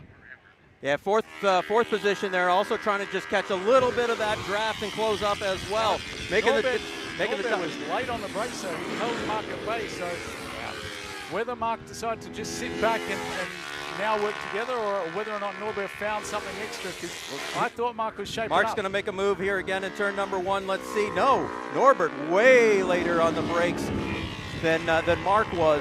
So just looking at the body language on Mark there, I feel like he sat himself up there. I feel like he got wide in the air and decided to sit back for a moment. Now maybe he thinks Norbert can go after Lachlan Alexander, but an 11.4 plays a 12.2, so Lachlan is making hay. Making their way once again into this infield section towards the dog leg. Lachlan, as you said, is motoring away. A little bit more of a gap this time through that dog leg. And yeah, let's see if they start working together. Oh, closing up as they make the turn onto the backstretch. Who's getting on the throttle first? Well, Norbert got on the throttle really hard there, yes, and aggressively finished that turn with the back of the bike, but it did cost him drive. And now look, see here, watch Mark just get a little bit big on the bike. See, he set up really early. Yep. Got wide. Trying a little bit of an air brake there for himself so he doesn't get too deep in. Yeah. All right, making their way through the carousel onto the front stretch. Lachlan's locked down another lap there in the lead. And here we go, looking into turn number 1. Is it going to be a dive in there again? Nope. He's just, Mark, as you say, just kind of minding his P's and Q's at the moment, and see if they are working together to close that gap up. But I'm just wondering if Mark can get by. He looks to have more speed. If he can get by, it might actually help both of them to close the gap to Lachlan a little bit quicker. So he definitely has some pace on board. I don't know if he's got enough to go after Lachlan Alexander, and he might have realized that within himself, and maybe he's decided, see again, he's had a look, but then he sat up and decided not to stick the nose in. He's got to be careful because Tanasic now is right on his rear wheel, and if he's too careful, Tanasic's just going to say thanks and go right on by. And Stefan Tanasic is a young racer, plenty of hunger in him, and he's obviously found some pace as well. Oh, less weight on that bike too. He's going to come up underneath them as they make their way down into the carousel. That's a big lunge from Tanasic. He was thinking about getting 2 for 1 then. Doesn't look like he pulled off that from our position. You can see it better than us on the live stream there. Nope, he was not able to make it. He's still in fourth position, Mark in second. That's a great thing about that last turn here, that carousel down at the end of the back straight, is it's very wide. You can really ride that corner anywhere you want on the track on one of these little bikes. If you sail out wide and someone's on your inside, you can just leave it, hang it out there and rail around that outside and keep that position. And that's what Mark did on that lap. Now that he's seen Stefan's wheel, let's see if that gives him any more incentive to go after Norbert. But Norbert's got a bit of a gap now. Yeah, this is we're halfway through this race right now, so sorting themselves out here in the first half, but it's really just about go time for the second, third, and fourth place riders. Bit of a gap back to fifth and a little bit further back to sixth. Seventh, eighth, and ninth position, though, having a nice little three-way dice back here through the dog leg as we take a look back. And here we go. Mark Preet now. He's made that move now. So and Tanasic going to go with him as well, it looks like. Mark's seen the wheel, and that's given him the incentive that he needed. It looks like Tanasic is able to get by Zhu as well as they make their way into the carousel. Yeah, so two for one there. Norbert Zhu, now he's got a ton of work to do and find some drive to get back around. Norbert, I think Norbert actually managed to hold on to that. You're right. Spot. You're right. So Norbert holds on to third, but only just. So Stefan's definitely incentivized. Mark Preet now has already put a gap on. And that lap by was a 12.3 from Preet, but still an 11.8 from Lachlan. So Lachlan Alexander is just walking away out the front of this one. And that battle between David Walker, the veteran, and Mason Archer and Jacob Abnett down there at the back of the field, that's an interesting one as well. Yeah, expect. Oh, and Norbert's run wide. Norbert's lost it at the end of turn 3, and he's taken the drag strip. He's got to come to a complete stop now, put his feet down. He does that, and now off he goes. And that's going to put him right in the path of Tony Sharpless. Yeah, he lost a ton of time in that. He's just trying, like you say, trying to make a move, trying to close that up. And now Tony is going to tuck up right behind him here and get the draft. And she might make her way up another position here. We'll take a look as they come down about halfway in that battle. Onto the brakes. Looks like Tony's going to sit there for the moment. We take a look. Crossing start-finish line. Lachlan, as you said, just off and sailing. He's in cruise control mode. Just got to find a rhythm and let it flow here. Just the last couple of laps from Lachlan. 11.4, 11.5, 11.6. That's your note. Yeah, he's just ticking away, and those are fast lap times here on one of these bikes. I remember I've done a handful of 11s here on a lightweight bike, and it was working hard the whole time. Yeah, just taking a look. I was looking at Preddy's times. I figured maybe he was in some clear air now. Nothing really behind him. He might be able to turn it up a little bit, and he has, but just not enough. Not enough to make that gap close, and Stefan Tanasic has gone right with him. So Stefan definitely here, and Tony Sharpless is looking pretty racy on the back of Norbert Zhu now. Yeah. So as we said, you never can count her out to make some noise towards the top half of the field, and yeah, she's a veteran with a lot of miles, and she'll know exactly how to play this. She's a very rapid racer in her own right, and a real stalwart in this series, and obviously this track is suiting her really, really well, and she's showing some of these young kids a thing or two at the moment. That's for sure. All right, now 2 laps left to go here as we're closing the laps here. So we'll see this battle between Pretty and Tanasic, who's going to end up second, who's going to end up third, as Tanasic closing up once again. Down the back of the field there, I was just watching through the carousel. There were 2 wide there, Jacob Abnett and Mason Archer, all over the back of David Walker. So that is still a very heated battle there for the minor positions, but those guys not giving it up. That's a veteran in David Walker, whose 2 sons are very rapid. Jared Walker obviously races in my class in the ZX4RR Cup. He's fast, and then behind him 2 young guys going to school. All right, here we go, and making their way through the dog leg for the penultimate time. Tanasic trying to go to school here, trying to find just a couple bike lengths as he closes up on the brakes here to within about 3 bike lengths. As they get onto the gas now, coming onto the backstretch, who's going to get the drive better coming out of that? It looks like Mark maybe got just a little bit better drive, but I think Tanasic, he weighs a bit less there, and that's going to help when you're limited on the horsepower of these bikes. He's going to close it up to about a bike length and a half. All right, blue and white flag coming out as Lachlan takes that as he is cruising home and just needs to make about, 10 or 11 more clean turns, and he's got it. All right, Tanasic now closing up Still about that 2 bike lengths back. All right, talk about the leader, Lachlan there as he continues to progress here through into the short chute here. Going to make his way into the infield and the dog leg. He has dominated this championship so far this year, winning all but 1 race, and that was the last round at Calabogie, and he is back up in front and trying to put his name on the championship as soon as he can. Tony's having a look at Norbert as they went through the short chute around turn 3 and 4. So she had a look on the outside, but Norbert had that one covered. Lachlan Alexander just looks so smooth and comfortable on that bike. He doesn't makes look like he's speed trying effortlessly. Yeah, it's really impressive to see. And him and his brother are both really great kids and very, very rapid. I think Stefan's going to have one more look here. All right, into the carousel for the last time. It is Lachlan Alexander. He makes his way onto the front stretch and will take the checkered flag for the win. Now that battle for 2nd and 3rd position. It is nose to tail through the carousel. Hard to tell who's got this one. It looks like Mark may have it onto the front stretch to take it from Tanasic, and he does. But what a great battle those two had all race long. Great. Stefan was trying in that last corner. He was right there, but couldn't quite make it. Norbert Jus comes home in 4th ahead of Tony Sharpless in 5th. Sebastian Silva there made some ground late in that race, caught right up to them in 6th position.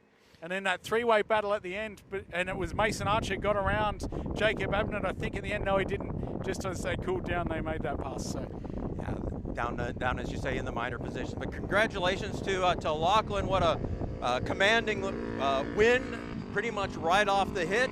And just within the first third of a lap, he had 10 bike lengths on everyone, and on these machines, that's hard to do. It's nearly impossible to do. I raced in this category for 8 years, and I don't remember a race where the leader took off like that. We were always the top 3, top 4, top 5 guys. We were always right there. But Lachlan this year has just put on a clinic. Yeah, absolutely, and obviously he's going to be moving up to bigger and better next year, but still has to close this championship down, and we'll have to look at the points. He may be able to clinch it tomorrow. I mean, he's already 50 points up on Sebastian Silva, and he's going to throw another on that, and as long as he's leaves here with a 51-point lead, it's his. So, I mean, he just doesn't have to lose too many points, and yeah, he's got it pretty much. So basically, if Lachlan finishes this race tomorrow, he has secured the championship. Yep. So well done to him. And again, just a really lovely kid as well, like a really great kid. And obviously, someone that's come up through this saw paddock, and the regional series here not only turns out some real talent, but some really good human beings as well. Some young kids that really are great. Absolutely. Met a lot of good people who've come up through this class. And like I said at the top of this one, this is always one of my favorite classes to call, not only here, but at CTMP and anywhere else we go, because it's a lot of good tight battles throughout the field. As we're closing in on this, as Lachlan Alexander takes the checkered flag for his victory lap. Talk about the difference that he'll leave this. Maybe he'll go to the ZX4 Cup.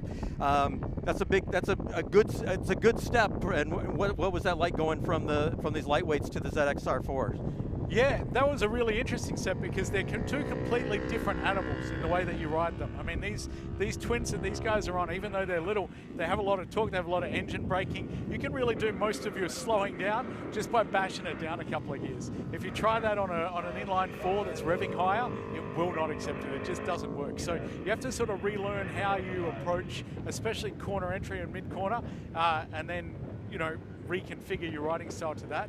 But the way that you get around the bike on a ZX400 when you move up into these categories with quite proper racing frames, yes. It's a lot smoother. You can carry a lot more mid-corner speed. I think we see that smoothness that he has, will translate really well as he moves up through these ranks. Yeah. That what do you call it? The Formula One, Alain Prost never looked like he was going fast. They called him the Professor. Yeah. So, you had about ready to head to the podium here as Lachlan heads his way back in. And okay, yep. And so we see Lachlan making his way over there with getting ready to have a drink. Yeah. Well, maybe. But no. Drink a Gatorade. Yeah, drink a Gatorade, exactly. So, yeah, it's been great. It was a great race, and we'll expect a lot more tomorrow. And we got Superbikes, I think, coming up after this. So we'll get Marshall and Andrew, thank you. I had it right there, and it's just, I'm watching too many other things and not concentrating on what I'm doing here. As there are so many things going on here at the Grand Bend Motorplex. So we'll get Marshall and Andrew back up here in just a little bit. But as we go, it's been great to have you up, and great to call the races with you, and hopefully we're going to do this again tomorrow. And we're not quite done up here, but just before, and I can do this on camera, good luck in your race a little bit later today. I know you've had a little bit of difficulties getting things rolling after what happened in round 1, and then trying to get everything together here, missing the other ones, and now back at it. But hope you have a good and safe race out there. Thank you. I appreciate it. Thanks for having us up here. This has been a lot of fun. Yeah, and hey, if you want to have fun, you got to have. If you're around, you're always going to have fun. So it's one of those things. Everyone, if you've never met Jacob Black, you're not doing your life right. So. And if you have met Jacob Black, I'm very sorry. Okay. Yeah. Okay. Okay. Let's talk a little bit more about Lachlan. If you had a chance to see him at the opening round, and was it the same way for him in the opening round, where he just kind of took control and ran off with it, or was it more of a battle? No, he's had really control of every race that he's been in so far. Like I said, it's been an unusual lightweight season. We don't usually see that. He was perhaps a beneficiary of the fact that probably who we all expected to be his closest competitor, Stefan, being injured. But I think that he's had, realistically, he's had a stranglehold on this one since he got on the bike. All right, as we're going to get ready to go into Superbike here, see Andrew, he's going to be coming up here in just a second. What are you thinking for Superbike, the Superbike race? How's it going to break down? I really think David McKay's got something. I think that suddenly he's really switched on in a big way, and I think it's going to be a hectic race. I think there's going to be 4 or 5 of them at the front. That winning a race kind of does something for your confidence, like, oh, I can do this. So. Ben, I mean, he's going to want to win everything, but he's got a championship to think of. All right, with that, we're going to throw it to Frank Wood and our podium celebration. Finisher, would you please welcome Stefan Tanisic? Steps right here, son. And a trophy awaiting you. You grab that while I call up your buddy Mark Pratt. Okay, finishing in second spot rather, is Mark Preach. Mark. He on the 1.9 after a great dice for that second spot. And to the top of the box with the fastest lap of the race and a runaway win, would you welcome, please, Lachlan Alexander.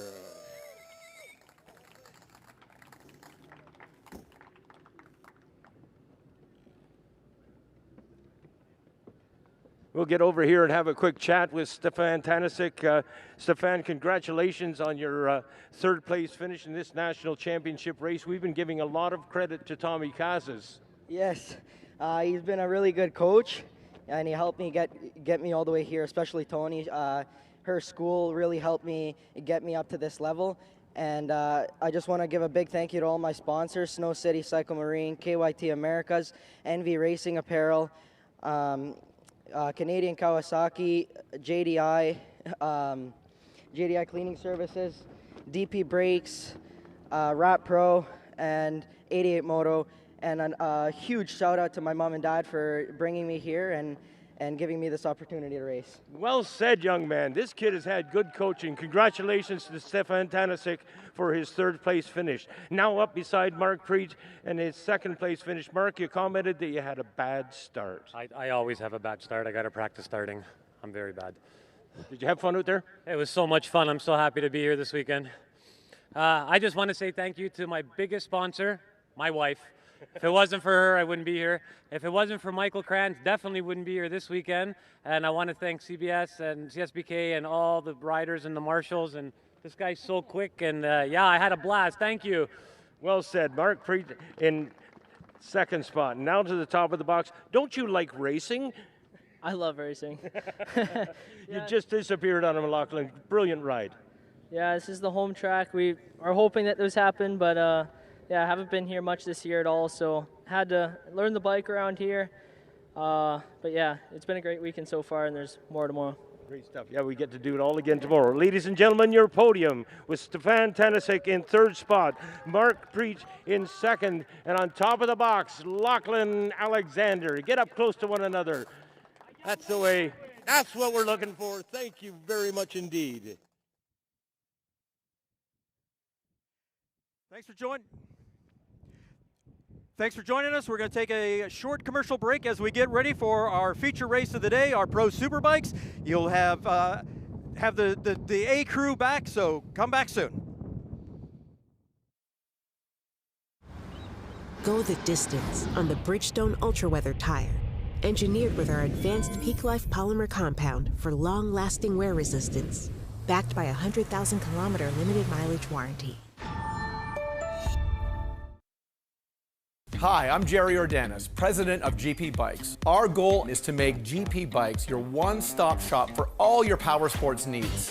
We offer a wide range of premium brands, including Ducati, BMW, Triumph, and Indian motorcycles. Plus, we offer a full parts and service department. From off-road to ATV to side-by-side and e-bikes, we've got it all.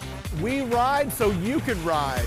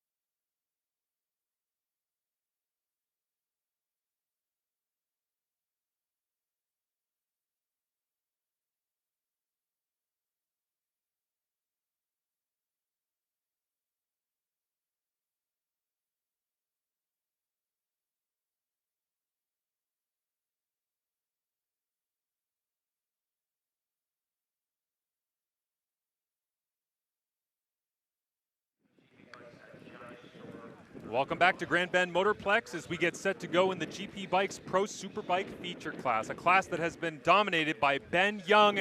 He understands what it takes to get victory here at Grand Bend, but he's not on the pole. David McKay taking that honor with his local knowledge. We go racing, Superbike racing from Grand Bend next.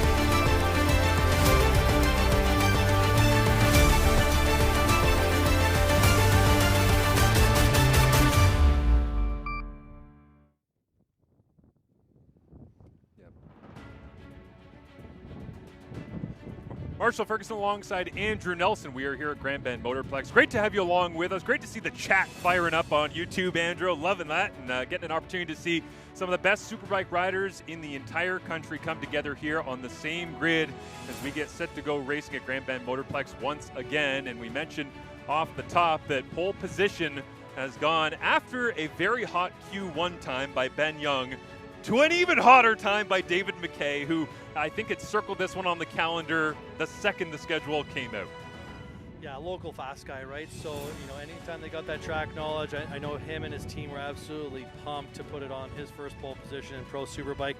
Talking to his team earlier this morning, they made some massive wholesale changes to the bike, allowing it to just be a little easier for him to ride. And he seemed to ride it with confidence, and hopefully in morning practice this morning he found some consistent pace with it. But unbelievable lap time at a 102.8 was fantastic. And if you go back through recent years, I mean, a 104 as a race pace seems to be fairly consistent in the low 104s. 103, that's when Ben Young has kind of cranked it up at times, so to dip into the 102s gives you a sense. But now the question becomes, and it really will dominate both today's race and in the next race coming up tomorrow here on the CSBK live stream, whether or not we can end up having David McKay not just have that pace, but hold that pace, because we were there at Calabogie when we saw he had pace. He had the pace to pass Jordan Zook. He had the pace to pass Ben Young. Crashed out of the lead in that one, just going in too hot into turn number 2, I believe it was, at Calabogie. That was a learning mistake, right? From first time being leading a Pro Superbike race and how hard he was actually pushing to get to that point. But I think it also gave him a lot of confidence. That confidence carried right into this weekend to put it on pole again. And I think the pace, like you're saying, Ben was, can do some threes. I think David's going to have to find a little extra to get to that point. But his team probably found something right after the practice that in these conditions, the wind has changed dramatically here at the track as well, and what that's really going to do to the bike off the back straight away. So it'll be really interesting to see how this pace goes. And who knows, Zoltan Frast, local fast guy, went unbelievably fast in qualifying as well. So who knows what he's going to be able to throw together in this race. As we get a look at the big picture here of Grand Bend Motorplex, and the technical layout, of course, is on the docket for us as usual here today. Ben Young, 145 points out in front. Jordan Zook sitting 40 in behind. Andrew Van Winkle has been incredibly impressive in his debut season in the GP Bikes Pro Superbike feature class, and there is David McKay sitting in 4th, as he's got 72 back of Ben Young, I should say, this season. Alex Michel, Mac Wheel, and Ernest Bernhard as well. But the main challenger, it feels like, here today, if he can maintain what he has accomplished in qualification, is David McKay. Here's the chat he had after taking that top spot. David, congratulations. Not only your first BS Battery Pole award position, but at your home track too. Talk us through that fast lap you put in right at the start. Yeah, it's absolutely phenomenal to be at the home track with local supporters, a lot of my guys that I race with locally, and to put it on the top of the box. We knew we had good pace here, and I knew that once I got out there on fresh rubber, I could lay it down, and I'm glad we were able to go fast, get it in the 2s. I didn't think any lap records were getting broken today because it was quite windy out there. Trying to keep the bars from smacking around was tough, but we were able to get in a good lap for sure. Amazing. Congratulations. Do you have a plan for that launch for race 1?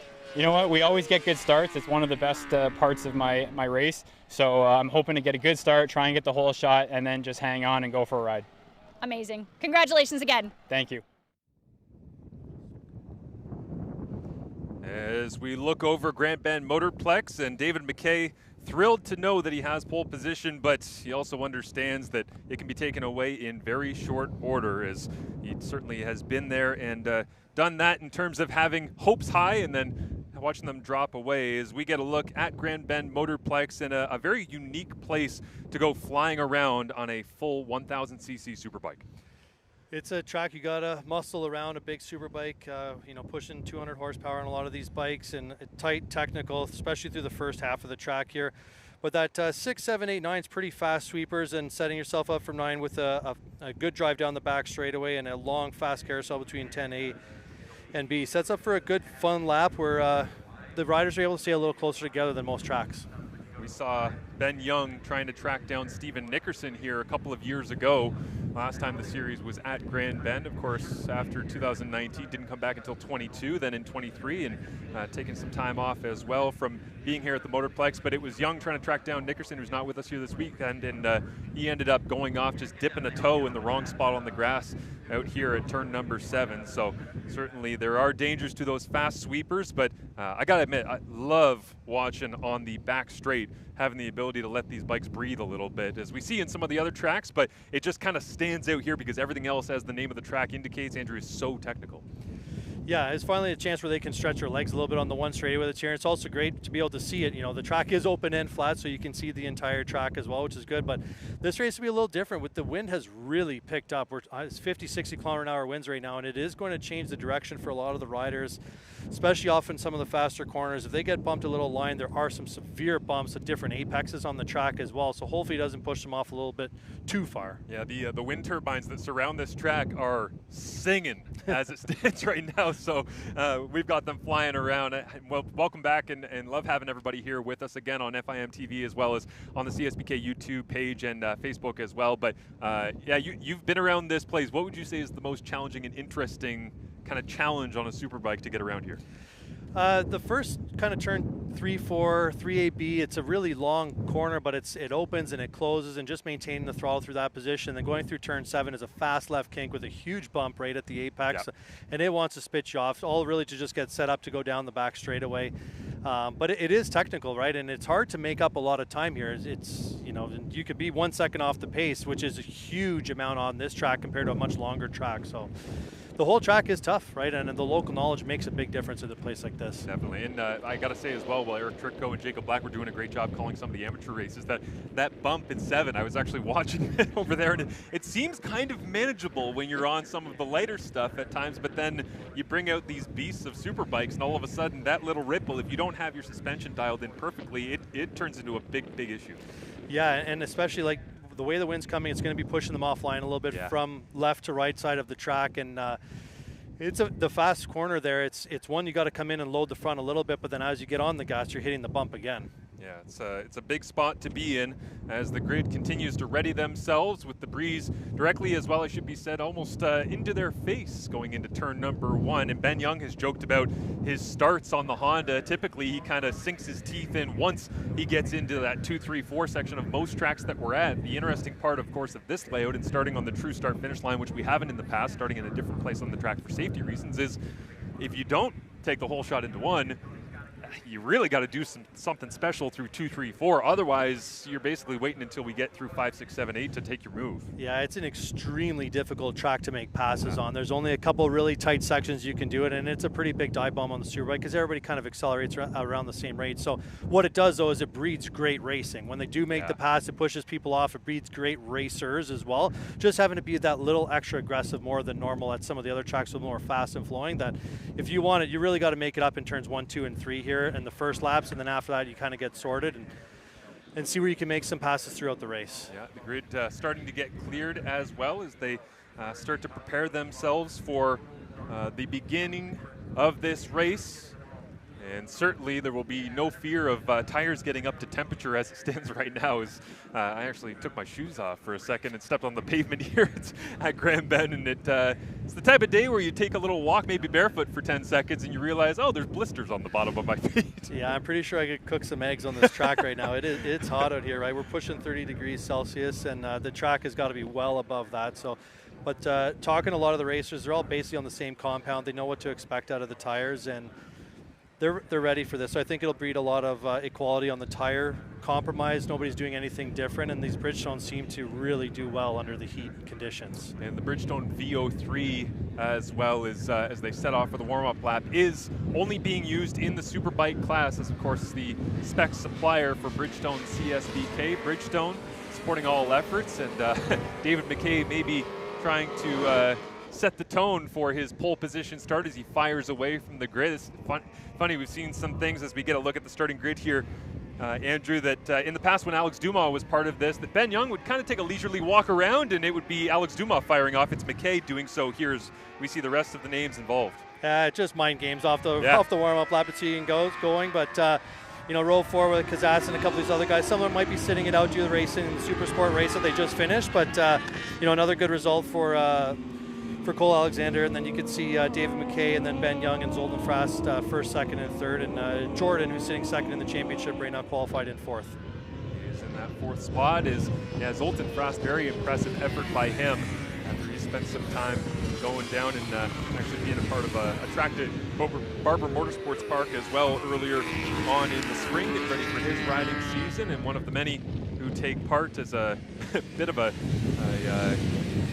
gravel storm washes over the carousel as they head down into that section of the track and dig in and ready to get going here at Grand Bend Motorplex. It has been an extremely eventful year in the GP Bikes Pro Superbike class, and we see what we have in store for the next race here. Race 1 of 2 this weekend, as the championship has gone from Shannonville Motorsport Park to Shubenacadie, Nova Scotia, Atlantic Motorsports Park. And now, after Calabogie, it's time to set the grid and get ready to go at Grand Bend Motorplex. The lights are out. What a tremendous start immediately. Zoltan Frast and David McKay are clear away, and Ben Young battling with Jordan Zoke into turn number 1. Zoke on the outside. Young will hold 3rd position, but what a start from McKay firing away. Zoltan Frast right there as well. And as we say, the tight, twisty stuff off the start. Turn 1 determining where you basically lay yourself out here, headed towards turn number 5. Yeah, great start by David McKay. He mentioned that coming to this round that he always gets good starts, and he certainly wasn't wrong. Andrew Van Winkle is sitting back as it stands right now in 6th position, as closing the gap already is Young on Zoltan Frast. That power on display that we saw at Calabogie Motorsport Park as he gets himself onto the back tire immediately of Frast, and McKay doing a great job. A couple of wheelies bouncing his way with the drive out of the turn 9, and now Young closes the gap massively on Frast, headed down into the carousel. Does he take the lunge? It looks like he positions the bike just to the inside, and yes, the Van Dolders home team Honda, Ben Young, will take away 2nd position. What an awesome first lap by David McKay, pulling a huge gap on Ben. Ben did not want to waste any time to get by Zoltan there, so he's going to absolutely work as hard as he can to catch back up to David, knowing that David definitely has the pace and the track knowledge to potentially run away with this. And Ben's also tired. He just raced last weekend for 8 hours in Japan, so he's got some work to do in this heat, but he's in great shape and works his body great, and it should be a good race for him to keep up with David. The best version that we have seen of Ben Young in the 5-time Canada Cup champion, 4 times consecutively sits in 2nd, but David McKay with a big wiggle heading into turn 8 and 9. Maybe he hit that little ripple you were talking about in 7 a second ago, but he holds on to it and fires it down the back straight out of turn 9. This is where we saw Young take over Zoltan Frast on the last lap. McKay stretching his legs once again, in control here early on.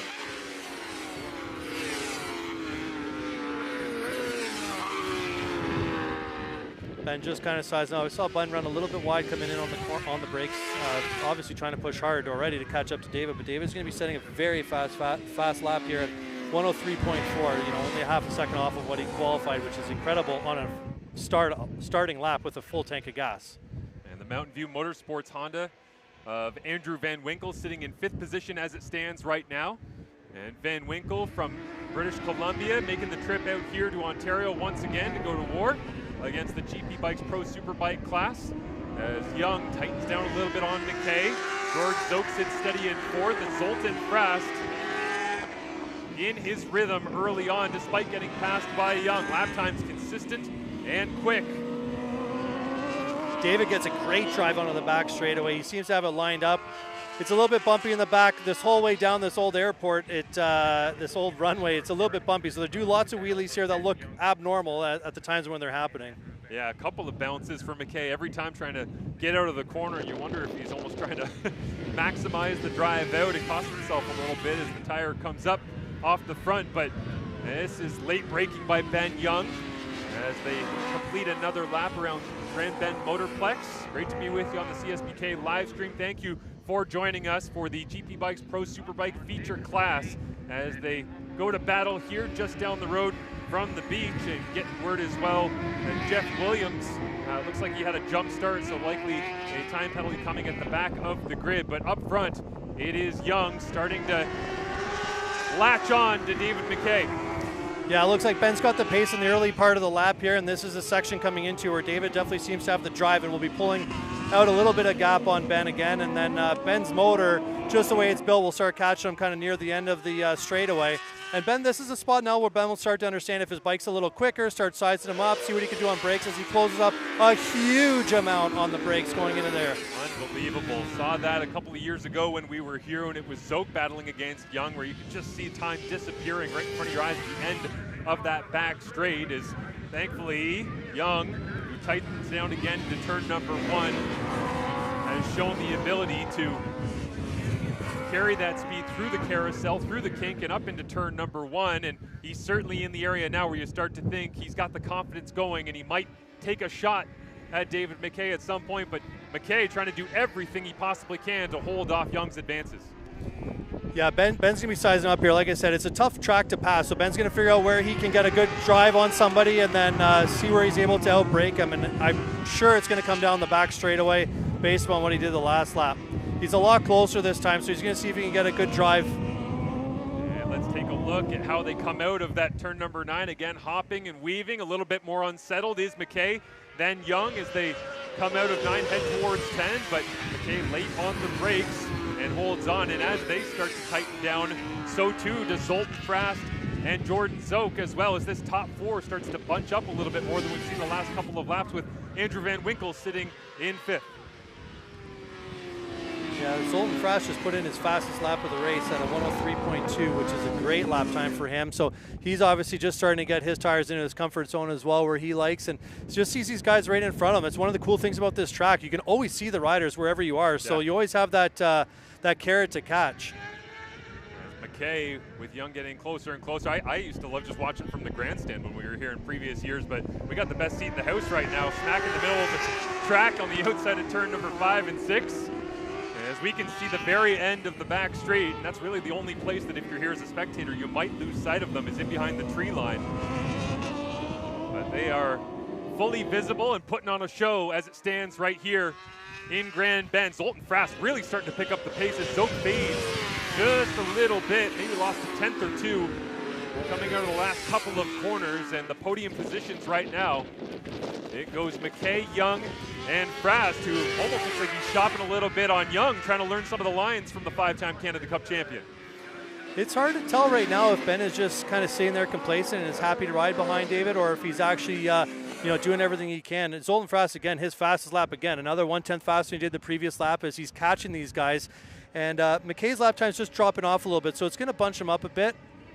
But maybe Ben's just happy to kind of sit there while Zoltan's a little more eager to do it. Well, the interesting dynamic at play here, obviously, is that McKay is the local guy with the top speed and quality.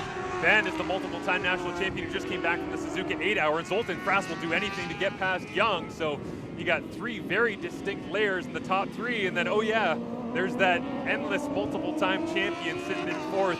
Right in behind as Frast gets a good drive on Young, and his eyes likely lighting up as he heads down the end of the back straight. Doesn't take a bit of a lunge down the inside, and he can't get a tire close enough to show it to Young. And the respect factor probably at play on that one as Young holds on to 2nd for now. All of a sudden under attack though. Yeah, just kind of settling into the pace here, and Zoltan was taking a look. He's having a great opportunity, but Ben is just looking like he's very comfortable with the front end and where it's turning. David's been running a little bit wide on some of the exits, a little bit wide coming into the corner as well, and Ben's able to turn it a little bit better where he feels more comfortable with it. A big wiggle that time from Zoltan Frast on the exit of turn number 4. We saw Cole Alexander go down there in Pro Super Sport on Friday morning, but continuing to attack regardless. And in the middle of this race, it feels like the wind has changed yet again massively. Kind of side breeze pushing them away from the corner here on the exit of turn number 9. And Young all over the back of David McKay once more, as Young really late on the brakes this time. Leans down the inside of David McKay and takes away top spot. Now we'll see how much speed he can carry through the kink. Back to the start-finish line, and it is Ben Young, the Van Golders home team Honda, taking over a spot he's owned so much of this season. He's in first spot, and McKay looks to answer as quickly as he possibly can, Andrew. Yeah, great pass by Ben. You could tell he was setting that up a little bit earlier. He's getting the good drive onto the back straightaway, and we knew he was great on the brakes there. So hopefully David's able to latch onto him here, and you know, it's always easy to follow. It's a lot tougher to lead, and maybe David wasn't really set up for that part, and he's going to do his best to see what Ben has to offer, and maybe David will pick up a few new things here from Ben. And on the lap that he passed, Ben Young running a 103.3. So down into those low 103s that typically, like I say, has been when he's pulled the trigger and decided that it is go time. And with about a dozen laps left and remaining in this one, you got to think that Young has decided now is his time to jump and to try and stretch his legs. And this section of the race, it's all about whether or not David McKay can hang with him, and then can Zoltan Frast and Jordan Zoke decide to come along for the ride. One of the other things you see too is obviously you've got McKay and Frast are pretty fast regional club riders here. One of the big differences, the national race is a lot longer, right? Maintaining that pace for a lot longer, understanding the tires, and that's just something Ben's kind of used to. And Andrew Van Winkle, who's spoken much of this season, specifically at Shubenacadie, about trying to latch on, learn some tracks and all the rest. He hasn't gone as quick on Saturdays as he has on Sundays, the very talented Westerner, fading just a little bit here, as this front four refusing to give up the battle. And Young and McKay just tracing each other's lines at this point. Frast picking it all up from tight in behind. McKay, by the way, just some of the craziest lean angle numbers that you'll see. When we get a hand on his data, you understand just how hard he is pushing that bike. And sometimes it's Ben Young that almost looks conservative and boring, but it's fast the way that he rides that Honda. Yeah, two totally different riding styles, but they get the job done either way, and they set their bike up to make sure that it works for their style. So Young has gone from a 103.3 to a 103.2 as we hit the halfway mark of this race. And making the best of it, David McKay holding on, only lost out a 10th on that last lap in total time as they cross the stripe. David's really fast in the early part of this lap, and he catches up to Ben really quick, and Ben just seems to have the edge on him on the brakes, but Ben ran a little hot there again coming into the corner, just 1 or 2 feet off. Maybe it's the wind, maybe it's Ben working hard to try to pull away. And Zoltan Frast there as well. What have you thought of him so far? I mean, settling in at a very stout pace. Zoltan Frast, the way he's been riding. He's doing an amazing job from where he is, and seeing this opportunity right in front of his eyes. He's doing an excellent job on his BMW. He's been doing great the last couple of years, to be honest with you. And now, here somewhere he's a little more comfortable. He's seeing the fastest guys in Canada at his home track, and he's learning a lot as well. Massive gust of wind hits the track. They ride right into it in turn number 1, and then it pushes them a little bit away from the exit of 2A. Here is Ben Young coming up on what looks like Laurent Liberté-Girard at the back end of the field, as the young Quebecer will be getting signs, no doubt, that he's under attack in behind as Ben Young straightens him up, and maybe he didn't know what was coming, and all of a sudden LLG is in the way of Zoltan Frast, but Young thunders his way through. A little bit of Suzuka love, maybe bringing it home from Japan. Yeah, I don't think he knew it was coming, but Ben wasn't waiting around, right? Ben knew he had to get by him, because if he got boxed up in those 2 corners, it really set him right back into David's teeth, and he'd sink it in there. But Ben putting a little gap here on David a little bit this lap, and remaining kind of consistent with his lap times, low minute 3s every single lap as he was doing in practice, and really comfortable at that pace, which is a hot pace around here. Absolutely. And now they come up to another back marker as Young and McKay, partially because of the back marker of Laurent Liberté-Girard, but also just as a result of their pure pace, separate themselves just a little bit from Zoltan Frast and Jordan Zook as we have 9 laps to go. Ben will probably be doing another pass here on the back marker Busick going into this corner just like they did the lap before. And if David catches him here at the wrong time, it's going to make a little bit bigger of a gap again. Yeah, Dante Busick is the back marker that splits the deck for now on the 17, and McKay tries to chuck it down, has to take a tighter line than I'm sure he would like to carry speed through this 7, 8, 9 section. And you will expect that David McKay will be pushing hard for the next lap or so as Zoltan Frast gets past Busick as well, who sits up in the seat and recognizes Jordan Zook coming down the back straight. But regardless, it is advantage Young at this point in the race, certainly with the overtake and then setting the rhythm and now having the traffic navigated to his liking. Yeah, I think Ben's probably getting signals now from his team that there's a bit of a gap here, you know, working with about a 1.5 second gap, and he's probably just going to sit in there, get himself comfortable now at the pace, not feeling the pressure from behind, not having to protect different corners, and start to become a metronomic, right? Yep. And just put in those laps, hit his marks all the way through, and he'll do his job. David will still work very hard. You know, Ben keeps running wide in this one corner, but it seems to work for him. It seems to work. Driving you crazy, oh, Andrew. Man. You're sitting right on the exit of turn 5, turn 6. And yeah, you can see the different lines, which is funny you mentioned that, because when I took the track walk around at Calabogie, I was actually standing at the top of the corner and thinking, what is the racing line here? And then I see the tire marks, I go, they do what? At what speed? Going downhill? It's like sometimes the Superbikes can just make magic. Jordan closing in here on Frast pretty quick for 3rd place, as well as Jordan starting to click off some little bit consistent times in the higher 3s as well, and Frast is slowing down just a scotch. And it will be Zook starting to look for that podium position on Zoltan Frast, probably because of the quick 2 Hondas up front, that he's wondering if that's his only chance to get onto the podium, barring anything dramatic from the front 2.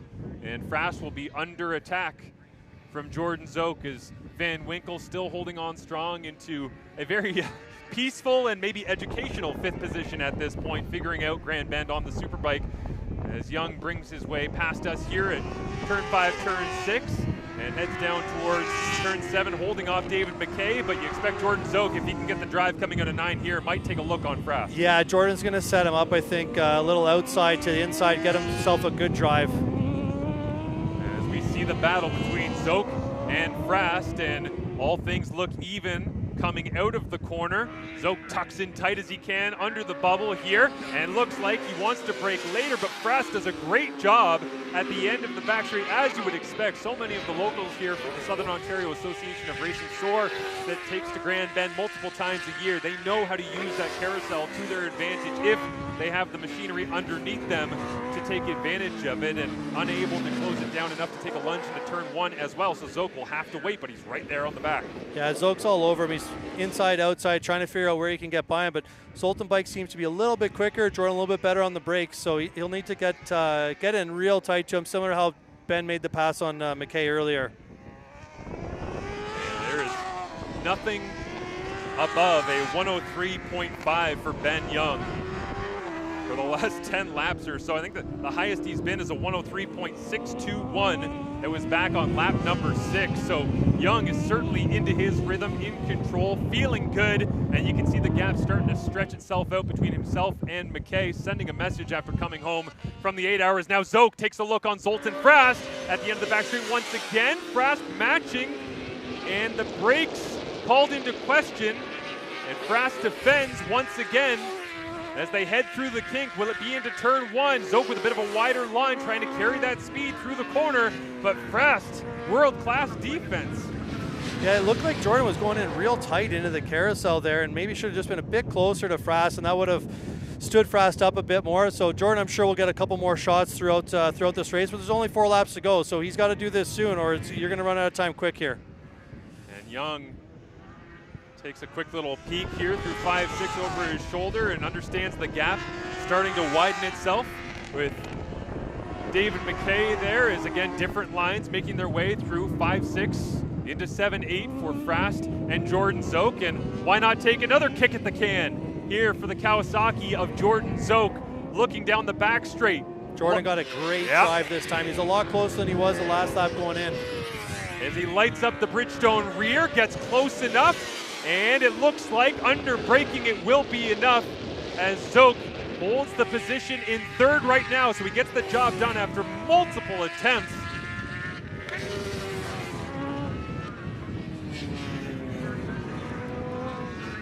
Great move by Jordan. He set it up the lap before and we needed to be a little bit closer going on the back straightaway. Now he'll just put his head down to try to pull ahead of Frast, and hopefully no more competition from Frast on this one. But Ben's just walking away with it. He's looking great out front as well. It's right on the edge for Frast and Zoke. They are wheel to wheel here at Grand Bend as Young stretching his legs out in front.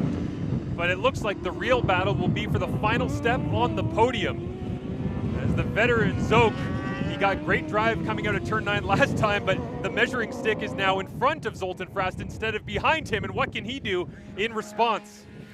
Yeah, it looked like Jordan ran a little bit wide there on the exit coming out, and Zoltan Frast got a good drive on him. He's going to keep him in check. I don't think he wants to just give up his first opportunity here at this national podium this year that easily, so he's going to keep Jordan in check. Zoke does garner a little bit of an advantage here, but under braking again, it's impressive. Zoltan Frast so late on the brakes into turn 1. It's the type of confidence that you can only establish as Frast goes down, pushing the limit through turn 2. And from a podium position to crashing out, see if he can get that bike stood back up, but a tough moment and a meaningful one as well for Andrew Van Winkle in his championship pursuits and the overall season point standings as he bumps from 5th to 4th, and a strange low-speed spot to lose it for Frast. It's not like he was making a lunge down the inside, but a tough one regardless. And honestly, we saw the same thing, Andrew, in the Pro Supersport race where it was Matt Simpson battling against Nathan Playford, and you get bumped from 3rd to 4th or 4th to 5th, and then you just want to make up that time and you make a mistake. Yeah, obviously he was pushing hard to try to catch Jordan, and through that corner it's pretty bumpy as well, so he probably just pushed the front end trying to carry a little too much speed, obviously, and tough luck for him, but I'm happy he's picked back up, and he'll finish this race out, and he's still sitting in, I think, 5th or 6th right now. Yeah, he did a good job of getting the bike back up and underway as we are on to the last lap right now, and it appears to be a procession for the number 1 plate and the 4-time back-to-back Canada Cup champion Ben Young, doing it on a BMW M1000RR for an extensive period of time. Had great success with that manufacturer, who hasn't been on the scene in a big way here in Bridgestone CSBK 2026. And then it's on to the Honda CBR 1000 RR-R SP as he lights that engine up down the back straight, as they had a massive horsepower number as well on the dyno back at Calabogie Motorsports Park. Ben and his team got it going on. Absolutely great race for Ben. He's at one with that bike, and that's why he's a multi-time champion recently. He did amazing in Japan and Suzuka and showed well for Canada there as well. He's a world-class rider, and congratulations, a beautiful wheelie. Congratulations, Ben Young.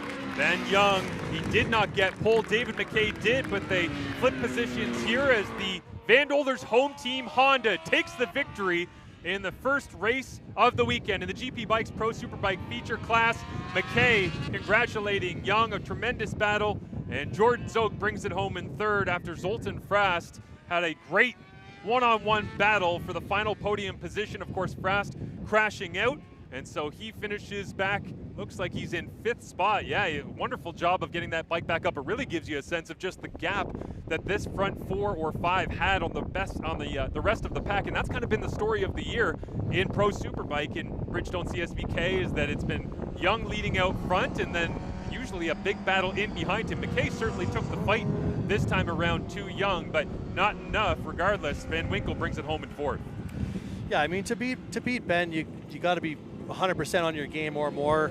He's done it year over year and have been very successful year over year. So it's not going to be easy for anybody to beat Young if he kind of keeps this momentum going. And I don't really expect any changes in what Ben's going to do, but the other guys might have to change. Other approach is going to be every other race move from here on out. And hope that Zoltan Frast can get his bike back into tip-top shape going into the race tomorrow afternoon as well here at Grand Bend Motorplex, because he certainly had the pace to be in contention, involved in the podium discussion, was right there. And the rest of the field trying to play catch up to somebody that has been leading things out front in the Pro Superbike class for feels like quite some time now. Ben Young goes to collect the checkered flag. Seems like an annual tradition of his round over round. Yeah, Ben's gotten used to this, hasn't he? Yeah, he's pretty good at the stand-up wheelie crossing the finish line, Yeah, too. he's doing okay with this part of it, and you know, he deserves it. You know, the guy works extremely hard on his physical condition. He rides bikes everywhere around the world. This is 3 weekends in a row for him. He was at Calabogie with our CSBK two weekends ago. Last weekend, flew over to Japan, participated in the Suzuka 8-hour event, and had a great result for his team, and then now he's here. So he's in great shape to do this. He's riding extremely well. His team's got everything figured out, so congratulations to him and his team. I'm going to say as well, something I really appreciated while I was traveling this week is we went back and watched a variety of different races from Grand Bend and Pro Superbike dating back to 22 and 23, all the rest, and it was almost like watching the evolution of Ben Young's career here in Canada, right? Where it was, you know, he was kind of like, you know, wearing the white suit and, you know, doing a lot of the media engagements. He's gotten to a point now where it's like, black helmet, black visor, go fast, right? It's just like there's no branding on a bunch of stuff, and he just kind of does what he has to do in order to take that thing home. And Young with the checkered flag over his shoulder, and we get the answer to the question I asked you after Pro Supersport. Boot or hand? Well, Young's apparently a carry it around in your hand kind of guy. Oh yeah, he wants to keep that close to his heart, right? Never forget what those checkered flags feel like. You know, it's they become a memory at one point, but you want to keep that memory as long as you possibly can. And he will collect another Bridgestone cap as well, which giving those out consistently throughout his 5 Canadian championships. And down the back straight he goes at a more moderate pace, bring it home in one piece and make sure the engine's all healthy and ready to go for the next race as well coming up tomorrow. But yeah, Young starting in that second spot on the grid, and again, a very, I would say, well-planned escape from Ben Young once he decided to get past. It's amazing how it's amazing how formulaic it seems sometimes when Young decides that he wants to go, right? I think about back a couple years ago as well, where Ernest Bernhard got into a bit of an incident with Young at the exit of turn 3, turn 4, and right after that, immediately, it was Young throwing down like fastest lap, 3 or 4 times in a row. And so he's got a plan every single time that he gets onto the bike. That plan has evolved with what manufacturer he's on, what the tire situation is, certainly with the conditions, because here at Grand Bend, anything can happen, but he's made the most of it. Yeah, Ben's smart, right? Like that, at the end of the day, he's smart, and he also knows what he's able to get out of the bike and what the bike is going to give back to him, regardless if there's guys crashing in front of him or not. You know, he knows where he's got to push. He seems to have this innate ability for the guys that are around him or behind him to know how close they are and what gaps he needs to do in certain areas of the track as well. So, like I said, he has evolved, like you were talking about, the early 2020s, you know, from a young guy kind of coming into it. Not really a young guy. He'd been around the world at that point, but, you know, coming into the Canadian Superbike, just getting his foothold on where he wants to be. And now he's got it figured out. And not that it's easy for him. He just knows what he's trying to do and what he needs out of his bike and out of his team. And he is also hyper aware of what his competition is doing. Right, yeah.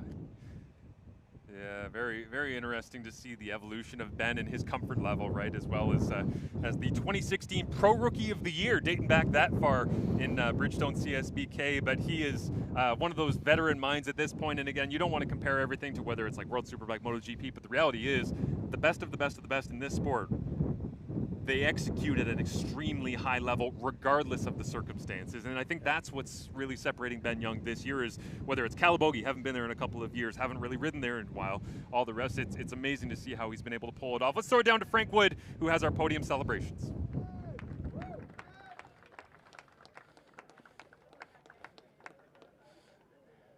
It's a family affair, don't you see?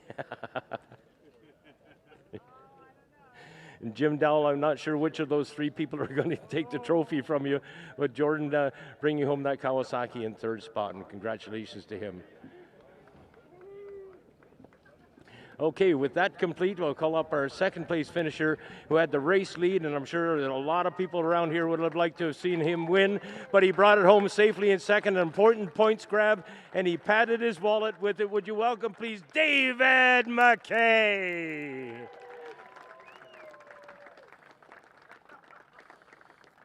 And to the top of the box, recently home from Suzuka, where he competed in a very rainy race there. He has come back to Canada to reclaim his championship on 2026. I quite often call him Braveheart. You know him simply as Ben Young.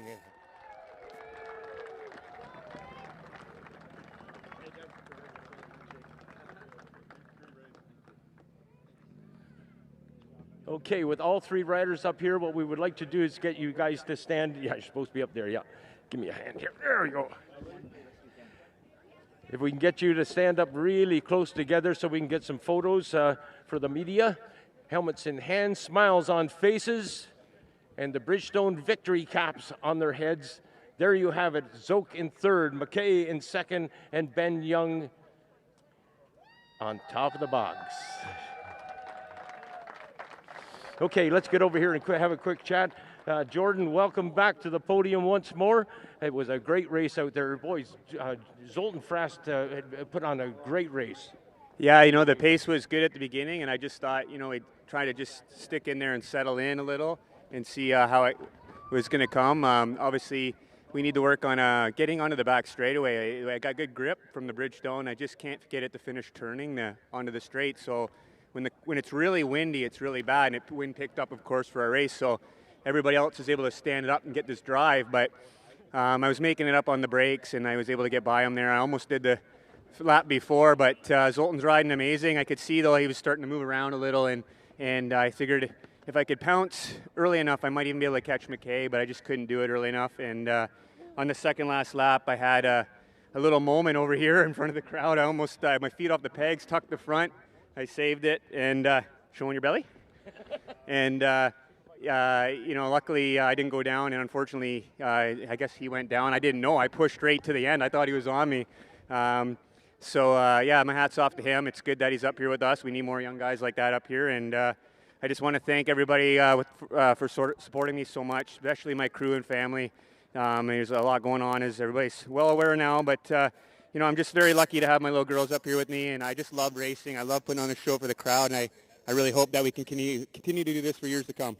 Well said. Jordan Zoke brings it home in third spot in race one on this weekend. And now up on the box, and David McKay. David, you got a smile on your face. I don't think that's going to go away until about 6:30 this evening. Yeah, you know, not quite where we wanted to be in the box, but still a super successful weekend so far. I'm so happy with how things have turned out. We've really, you know, made our mark on this weekend at my home track, and I'm really happy to be up here. Well said. Let's have a chat with Braveheart for a moment. Ben, this guy kept you at odds for quite some time. Got some fans out there, huh? He kept you at odds for quite some time, but boy, when you got in front of him, you went for a ride, man.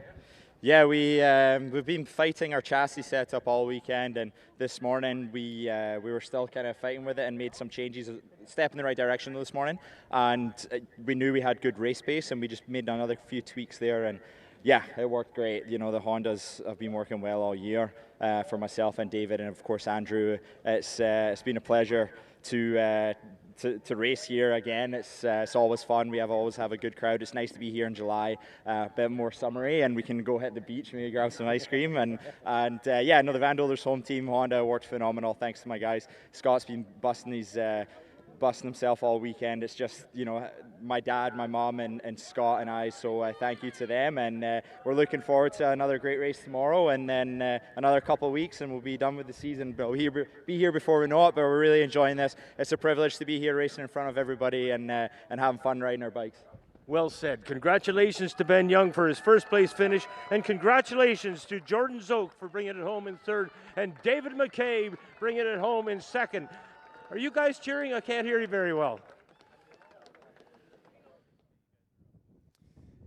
And that will do it for the podium celebrations here in the GP Bikes Pro Superbike feature class. A great race, as we say, Ben Young the standout, but I think it really sets the table, whets the appetite a little bit for Sunday in the second race of the weekend here, right, Andrew? Yeah, I mean, Ben didn't get a good start, right? And he still kind of worked his way through and ran away with it, so I'm sure the guys are hoping that he doesn't get a good start again tomorrow, and if he does, they're going to have to do a lot of work to kind of catch up to him. Zolan Frost, who knows what might happen with him, right? He crashed, maybe a podium is there, but I'm sure David and the team will go back and see what they can figure out for tonight as well. But Ben definitely seems to be the class right now. Interesting discussions, I'm sure, happening down there this evening as we will get you set for Eric Tricko on the call of the AIM Insurance Amateur Superbike class. That is up next, but it is Ben Young taking the victory here in GP Bike's Pro Superbike, and we will talk to you soon with more racing coming up right now from Grand Bend. Go the distance on the Bridgestone Ultraweather tire. Engineered with our advanced Peak Life polymer compound for long-lasting wear resistance. Backed by a 100,000-kilometer limited mileage warranty. Hi, I'm Jerry Ordanis, president of GP Bikes. Our goal is to make GP Bikes your one-stop shop for all your power sports needs.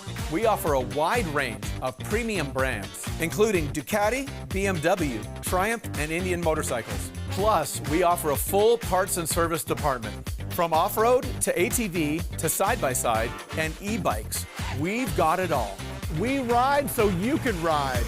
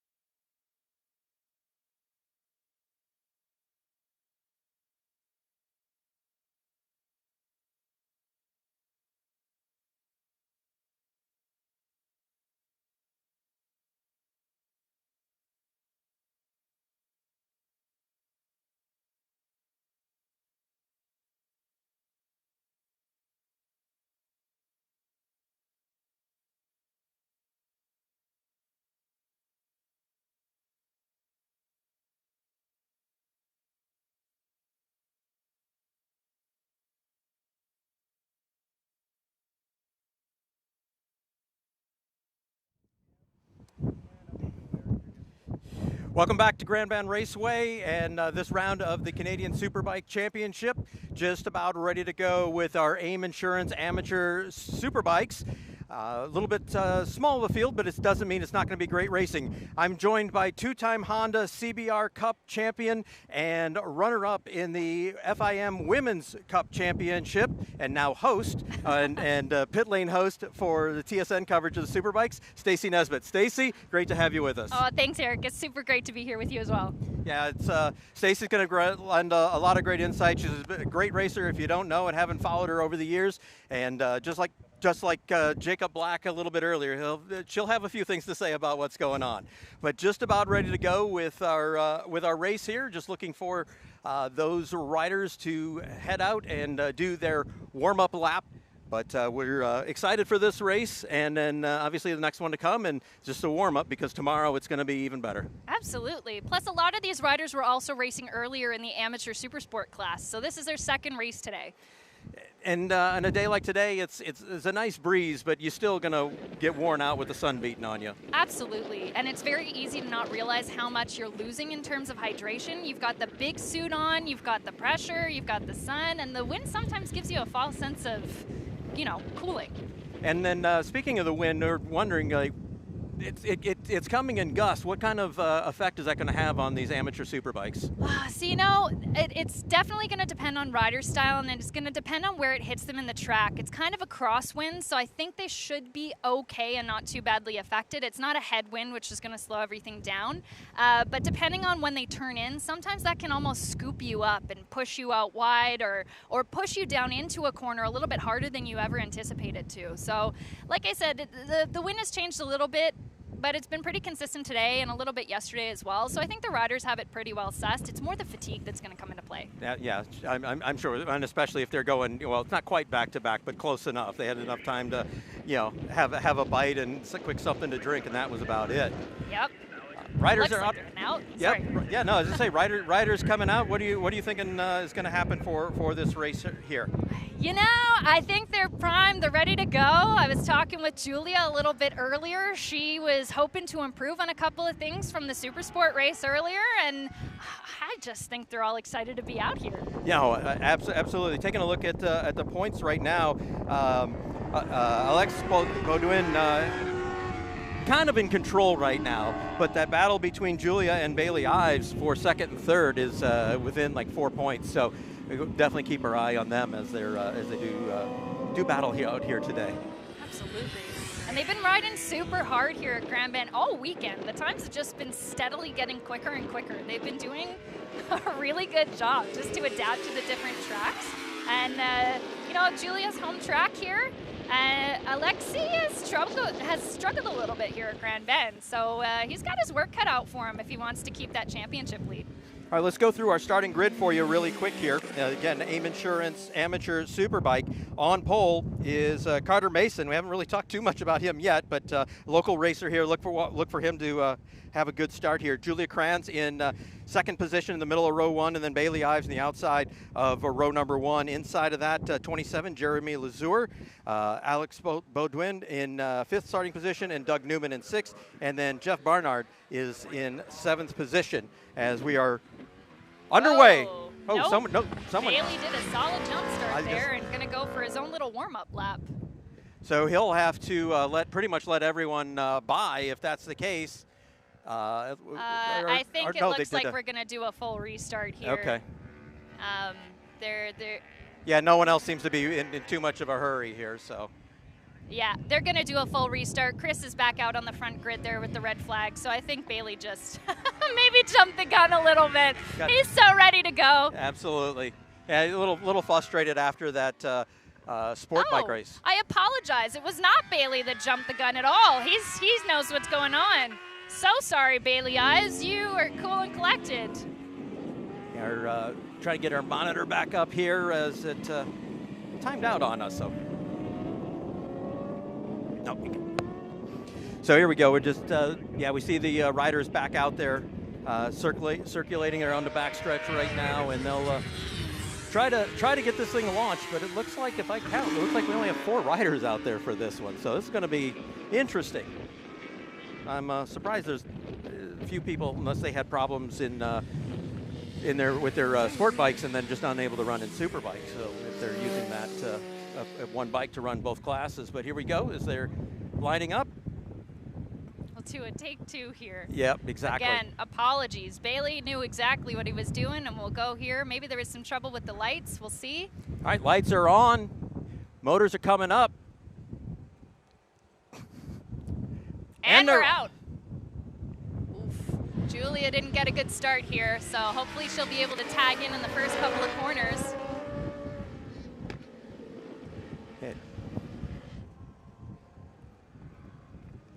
Coming now through turns 3, 4, 5 on to the short stretch here before they come to this little infield section. About 7 bike lengths in the lead there. Battle now coming up for second and third position. Looking on the inside, they're not quite close enough to make that.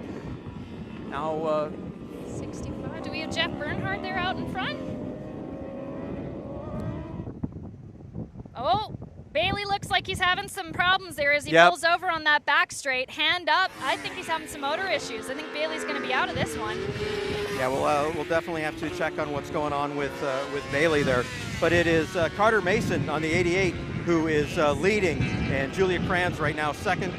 And I think Jeremy Lazur will inherit third position there. But okay, here comes Jeremy now underneath, and able to take second position from Julia.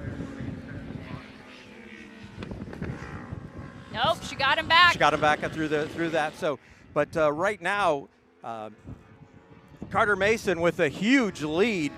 He's got 4 seconds right now on that battle for second and third position, as they're going to have their own battle. We'll look to work on that one here through the rest of the race, because Carter is just done gone. So this battle here between Julia and sorry, that was Beaudoin. Beaudoin, yeah, sorry. Yep. Well, it's okay. You know, we'll get this figured out at some point. We're doing it live, kids. But yeah, so. Oh, Carter's got full control of this. Look at him. Yeah, 100%. He's just set sail and gone. Looking over there through the carousel, though, there's a lot of dust blowing up over there. Is that going to cause them any problems, do you think? I think the wind's going to clear that, thankfully. If we're going to talk about benefits of the wind, that'll keep it out of their way. Okay. Yeah, I had noticed I was doing that a little bit earlier in some of the earlier races, but wasn't sure if that was getting onto the track at all. It could make it slippery, but as you say, probably enough wind. It's not getting quite down there. Absolutely. So Mason continues to lead. He just turned, wow, a 1:05.768. And Julia just turned her best lap at a 1:08.740. And that's big difference there in speed. Excellent. You know, Julia has been improving consistently throughout this season. The riding, the strategies, learning the new tracks. It's been awesome to watch them ride. So out on the backstretch, and they definitely have more power down the backstretch. So Beaudoin is going to have to try to get up on the brakes pretty hard and get in that draft. I don't know, is Julia just riding the 600 in both classes? Do you know? I believe so. Okay, I just was wondering if that's the difference between a 600 and a Superbike there between those two, and that could explain a little bit of the gap. But they're all on. If both of them are on 600s, it's equal between them there as they come through the bus stop section here. Oh, Bailey's back out. Bailey's able to rejoin. At least he'll be able to recoup some points there. Yeah, I think he's a lap and a half down, at least 2 laps down, as Carter now making his way through the dog leg and just about ready to head out onto the back section. Crash for Beaudoin out. So we got a crash here. Yeah, Beaudoin. Beaudoin went down. He's over here. Oh, okay, there I got him. Yep, I see it. Yellow flags out. Rider's up and okay. I can see him walking there. No, it's always that's the most important thing. He's going to be very, very frustrated. That's a championship, not just a race. That's. Yeah. Well, he's sitting on 100 points to Julia's 58. So Julia has a chance to close a lot of points in this race. So she just needs to sit back and just take it easy and just consolidate, right? You know, that's easier said than done. 100%. Yeah, don't do anything different, right? Don't try to ride. If you're in a rhythm, don't mess with the rhythm. Absolutely. You don't want to mess with that rhythm. Sometimes, you know, you're watching a race and you see a rider and something like this happens and you go, why are they still pushing so hard? They're still pulling those lap times. It's really hard to as a rider mentality, slow down. That can cause some fatigue, some errors that you wouldn't normally make if you're just riding your race. And the bike will feel different, right? So you're used to it feeling a certain way when you're pushing, and it doesn't do the same things, and that's when mistakes are made. Absolutely. Oh, big wheelie down the backstretch there for Mason Carter, yeah. Or Carter Mason, sorry. It's okay. Oop, someone, then that's Baudouin. Yeah, Baudouin looks like he's trying to get going again here. He's got the bike picked up, and he might head back to pits by the looks of it. yeah, he's not. Yeah, it looked like he was just trying to get out of the grass area. Yeah. Very smart. We don't want to be in any impact area when we go down. If we can clear our bikes by ourselves, get them back to the pits, maybe work on them. You know, it's always a safety thing too, right? Exactly. Yeah. When Nathan Playford went down earlier, and he was just like right here coming into this infield section, and he just kind of sat there for a while. I'm like, that is not a good place, but it worked out. So. All right, so Bailey's still holding his own out there. I mean, yes, he is a couple laps down, but Carter not. Well, he's closing a little bit on him, but I think Bailey will see him go by here in about another. Well, maybe about the time they get to the carousel, I would think. I'm definitely curious to find out from Bailey after the race what's going on with the bike, because he's still managing to run a 109 here. So, I mean, that sucks. He got a decent start. He might have been able to tuck in there behind Carter. So. Sure, that's frustrating for him. He's been working so hard this year, committed to the season, been doing all the rounds, and you know, they're very much working on their own bikes by themselves. Not a lot of backing and getting around. He's been doing a great job. We're halfway flags have flown, so halfway through this AIM Insurance Amateur Superbikes, as Carter does dispense with Bailey Ives there, and is continuing to rock along there again, turning on that last lap at 106.703. Julia Kranz went to 110.870. Bailey, he did a 109.668, so nothing wrong with that. And Baudouin 108.540. Okay, so sorry. Bailey's in fourth position. No, actually. So this is what's interesting about these races, right? Bailey was down a couple of laps, but because Alexis Baudouin is now out and is no longer racing, Bailey's moved up into third. Oh, all right. So it was very smart of him to rejoin, not just for the championship points, but now he's got a podium. Yeah, exactly. You get to get a drink of the bubbly up there. However, I should say, in order to finish first, you must first finish. There you go. Yeah, we talked about that earlier when Jacob was up here. Some of the championship stuff going on in the lightweight class. We're talking about Lachlan locking it up, maybe by the end of this weekend. So, but yeah, he. But like you say, he's still got to go out and finish the race. So absolutely. Oh, there's Julia. I was nervous for a second. Yep, Julia still continues to circulate. They're out there on their own, and I guess it depends on the day what's going on. Do you like being out there by yourself like that, or do you want a group to run with? Oh, I get a little bit of a squirrel mentality when I don't have another rider in front of me.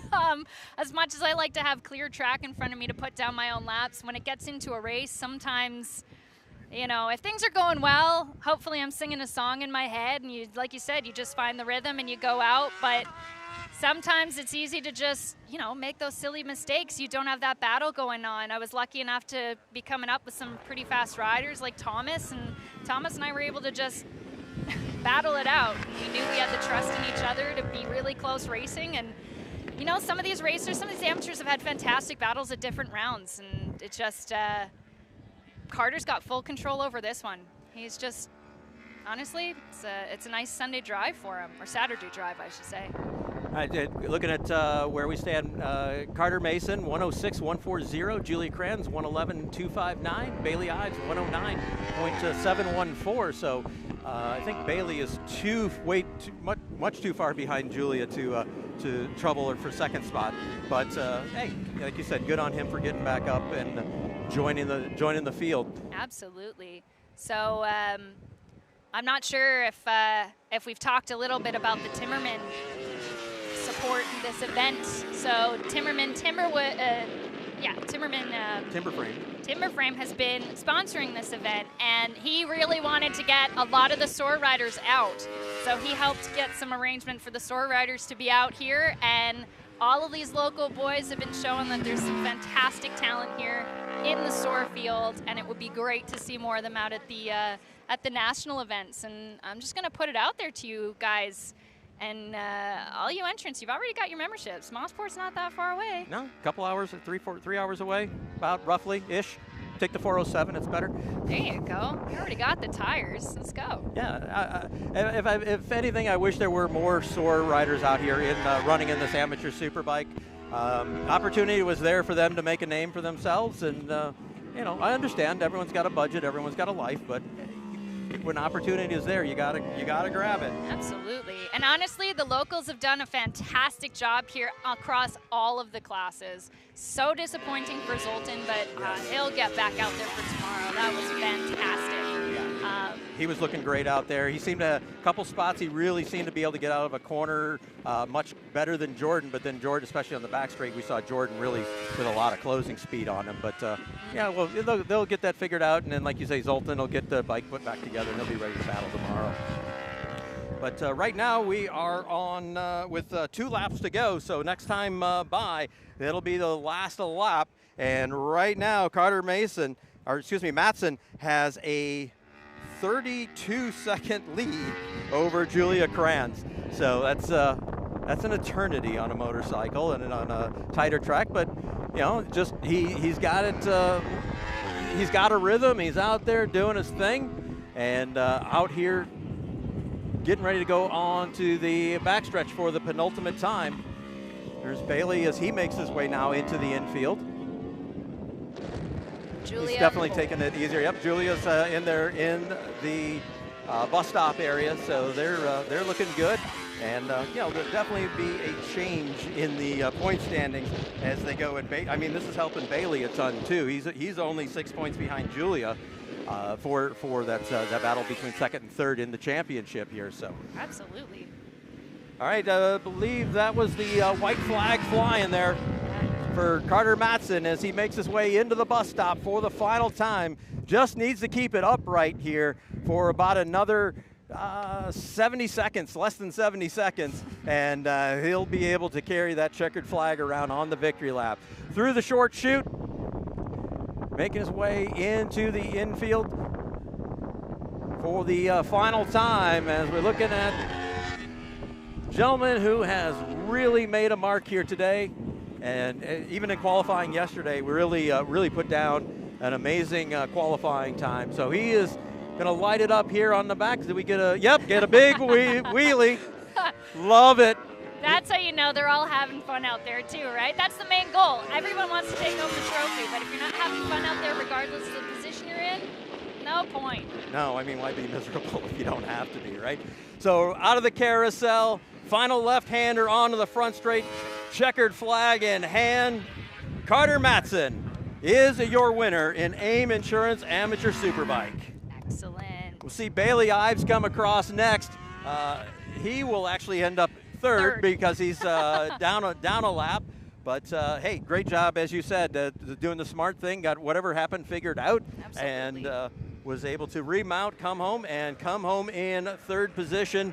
Yep. Super smart move. That's part of racing. You got to have a little bit of a strategy in there and think about the bigger picture. There's only 4 bikes out there. Why not rejoin if you can, provided mechanical and safety, of course. And next time around, Julia's coming up to the last turn, and they're gonna get their checker flag. Julia's gonna get her checker flag and get a very well-earned second place. Yep. Like you say, kept it upright. Looked to run with a couple people, wasn't there, did the smart thing, and just continued on. So closed up. Let me do some math real quick. So that will be. Oh, here we go. 78 points, so only 22 down. That's a difference. Yeah, we're closing it up a little bit. There's still 3 more races. So Alexis Baudouin is not running away with it just yet. Nope, not quite yet. So Today's hero, though, Carter Mattson. absolutely. Coming around for that checkered flag. He's getting it handed to him by Chris Chappelle. Gotta love Chris. Yep. Is he a boot tuck or is he a hold it? Oh, well. He's a boot tuck, it looks like. There was You a know whole what? conversation earlier. Yeah, it's and it is a lot harder to hold that flag up with the wind going. It pulls your arm back. So as uncomfortable as it is in the boot tuck, sometimes it's easier to just leave it there. Yeah. I think Jacob was saying, he felt like he had his arm ripped off one time, and he's like, and then like MotoGP, these guys with the big flags, like how are they doing that? Oh, well, Jacob can do some more push-ups then. Yes, that's true. Well, yeah, he definitely could have an extra salad. No, but those We're just kidding him. MotoGP We love guys him. with those big flags, Oh, yeah, here, okay. He stuck with the boot tuck. I thought he took it out. But those big flags, they're tucking it in against their shoulders. They're not holding it. No. Are you kidding? No. Did you see the big Ben Young face flag that a friend bought? I did not. Oh, no, I it's missed that one. fantastic. That's what we love to see. We got Ben Young's face on a flag, on a wooden stick. It's excellent. We got some phenomenal fans here in Canada. Carter Mason, though, very, very, very well earned. Yep. No, I said Mason. Mattson, yep. Oh, That's man. okay. I did it earlier too, so no worries. Yeah, into the carousel, and man, that drink of champagne is going to feel really good. I don't know if that's his first win or not in amateur superbike. I believe it is, but don't quote me on that one. I'll have to go to the statisticians, and I think Rob will have that or something. Wait, Miss Cam being. Okay, Miss Cam Bickle being here with all those stats are right on hand. Yeah. Sorry, unfortunately, I'm not. I was never even great with my own stats, so yeah. I can't help you there. But you know what?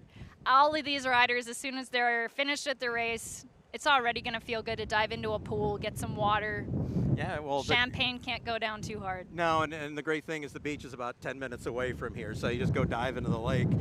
And yeah, I can imagine after a day like today, I don't care what the temperature is, it's just going to feel great, isn't it? Absolutely. So, what was that final order again?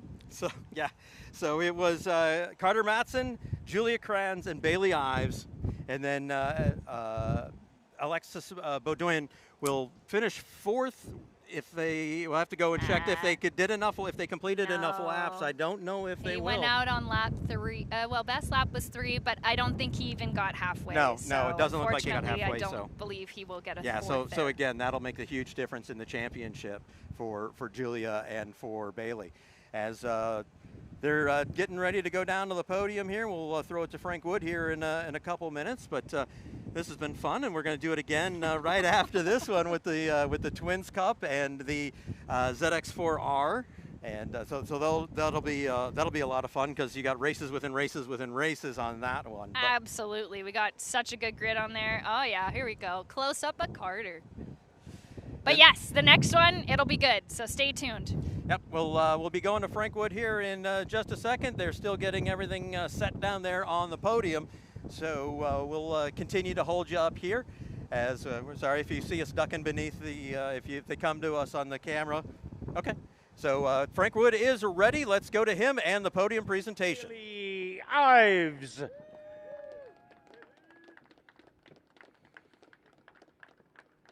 Finishing in second spot. Her motorcycle just going up on the stands now. Would you welcome, please, Julia Kranz. And to call this win a runaway would be an understatement for a certainty.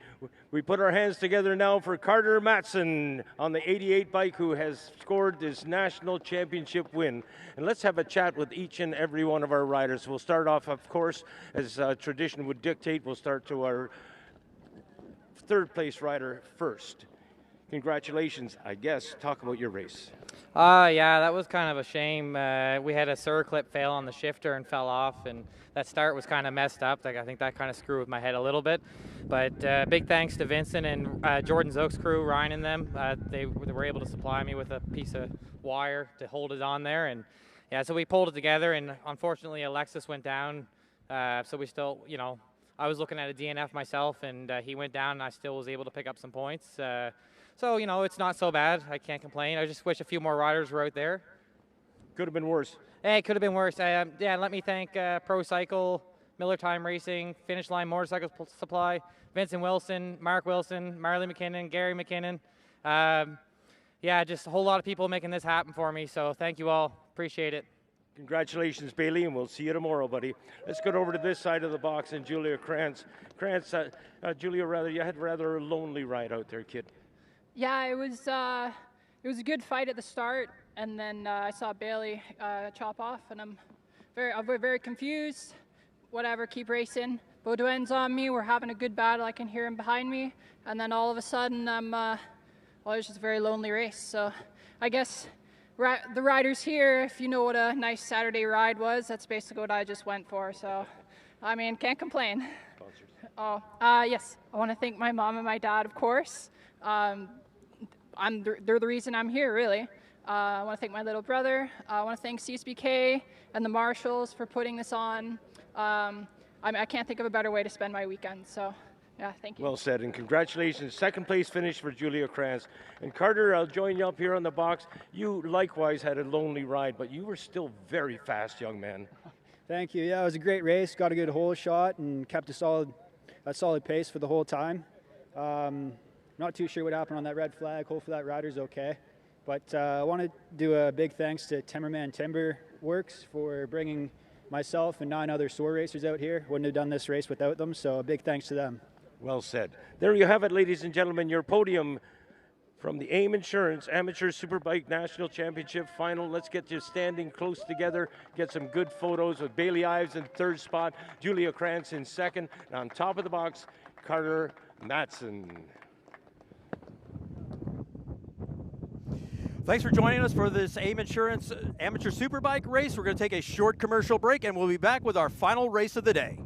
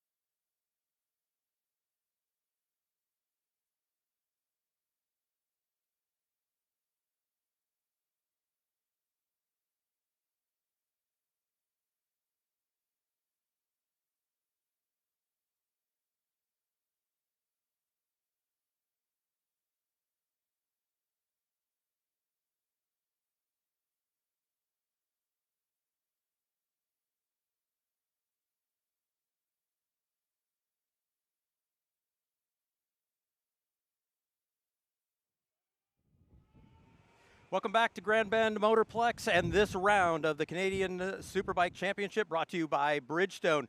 Joined once again by Stacy Nesbitt as we get ready to go with our Importations Tebow Twins Cup and the Scorpion EXO ZX4RR Cup.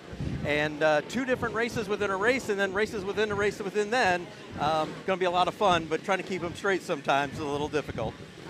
Nah, you've been doing great, Eric. Thank you, Stacy, as well as you. So if I can get that straight, I genuinely mean it.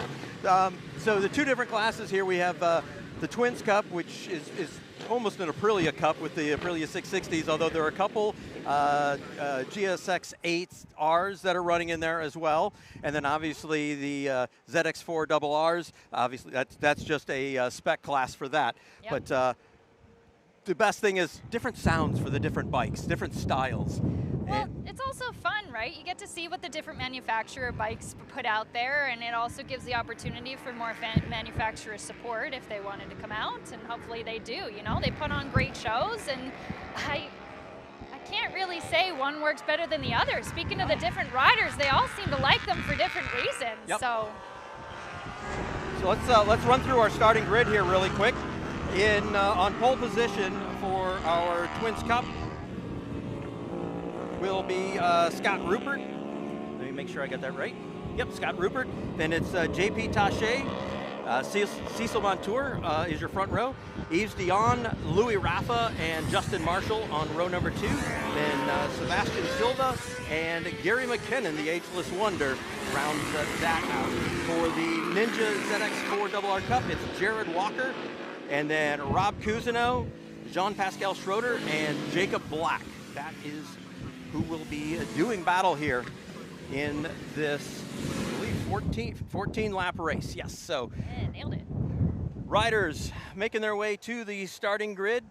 The Twins Cup riders will have a bit of a gap between them and the ZX4RRs. A couple 3-row difference there, but they'll all leave at the same time when the lights go out. Exactly. Again, it's a safety thing, right? So we have 2 different classes running in the same race. There's a couple of grid rows that you can see that big gap, and that's just so there's a distinction between the different rows, but they're all going to launch when the lights go out. It looks like we are set to go. Everyone looks like they're in place, just waiting. Under starters' orders. Yeah, just waiting for Chris Chappelle to drop the flag, and he does. He runs off. Lights are on, motors are up, and we are go. Whoa, big wheelie. Couple launch. Of wheelies yeah. to the field there. And so it looks like our pole sitter, Scott Rupert, I believe, is the one who got the whole shot on that one with JP Taché. And we got a crash already down the back of the field. And that's one of the Twins racers as well, I believe. Yeah, bike on track here. They're going to have to get the marshals over there and clear that quickly. Yeah, we'll keep an eye on that. Rider is kind of there. I'm waiting to see if they're going to throw the red flag on this one because that is not in a great position. Yeah, red flag is flowing. Yep. That's a good call there. We got a bike in the middle of the track. We got another one down here. We also have, that looks like Jacob. Sorry, we can't. We have a little bit of animation from the rider that we won't imitate there. No, but they might have got caught on camera. That's okay. That's the benefit He'll be happy. of live. Jacob will be happy that he got caught on camera. So. Yeah, but okay. So here's an interesting one. Our riders need to. He can do it. Hopefully he's okay as well. The rider went down to the bus stop. I don't have the number on him quite yet. I'll see if I can grab my binoculars and see if we can do that or if we hear something from race directions. But there is safety people. We're going to be paused for a little bit here. Yep. They're sending the riders back into pit lane. We do have the ambulance going out, but what's great is Dr. Ryan is currently with that first crash rider. We're getting that incident checked out. We'll get the bikes, the racers who continued will be going back into pit lane, got the helmets off. This is going to be a little bit of a restart, and hopefully we'll get some news for you. But, you know, we got to do a full restart. We got to do safety first, and we'll have a full restart. Yep. Yeah, well, I mean, the important thing is tending to the rider and making sure that they're okay. And again, we'll let you know who that is as we get that information. Don't want to give any bad information out. That's the most important thing. Jacob Black looks like he's got his bike back up, and see if he can get it restarted here and back to the pits. Not sure. He just spent a couple of weeks taking the bike that got destroyed at Shannonville and basically put a whole new bike together. And was still working on it Friday morning. Sorry, I was just checking out the cameras there when we got the other side of his bike.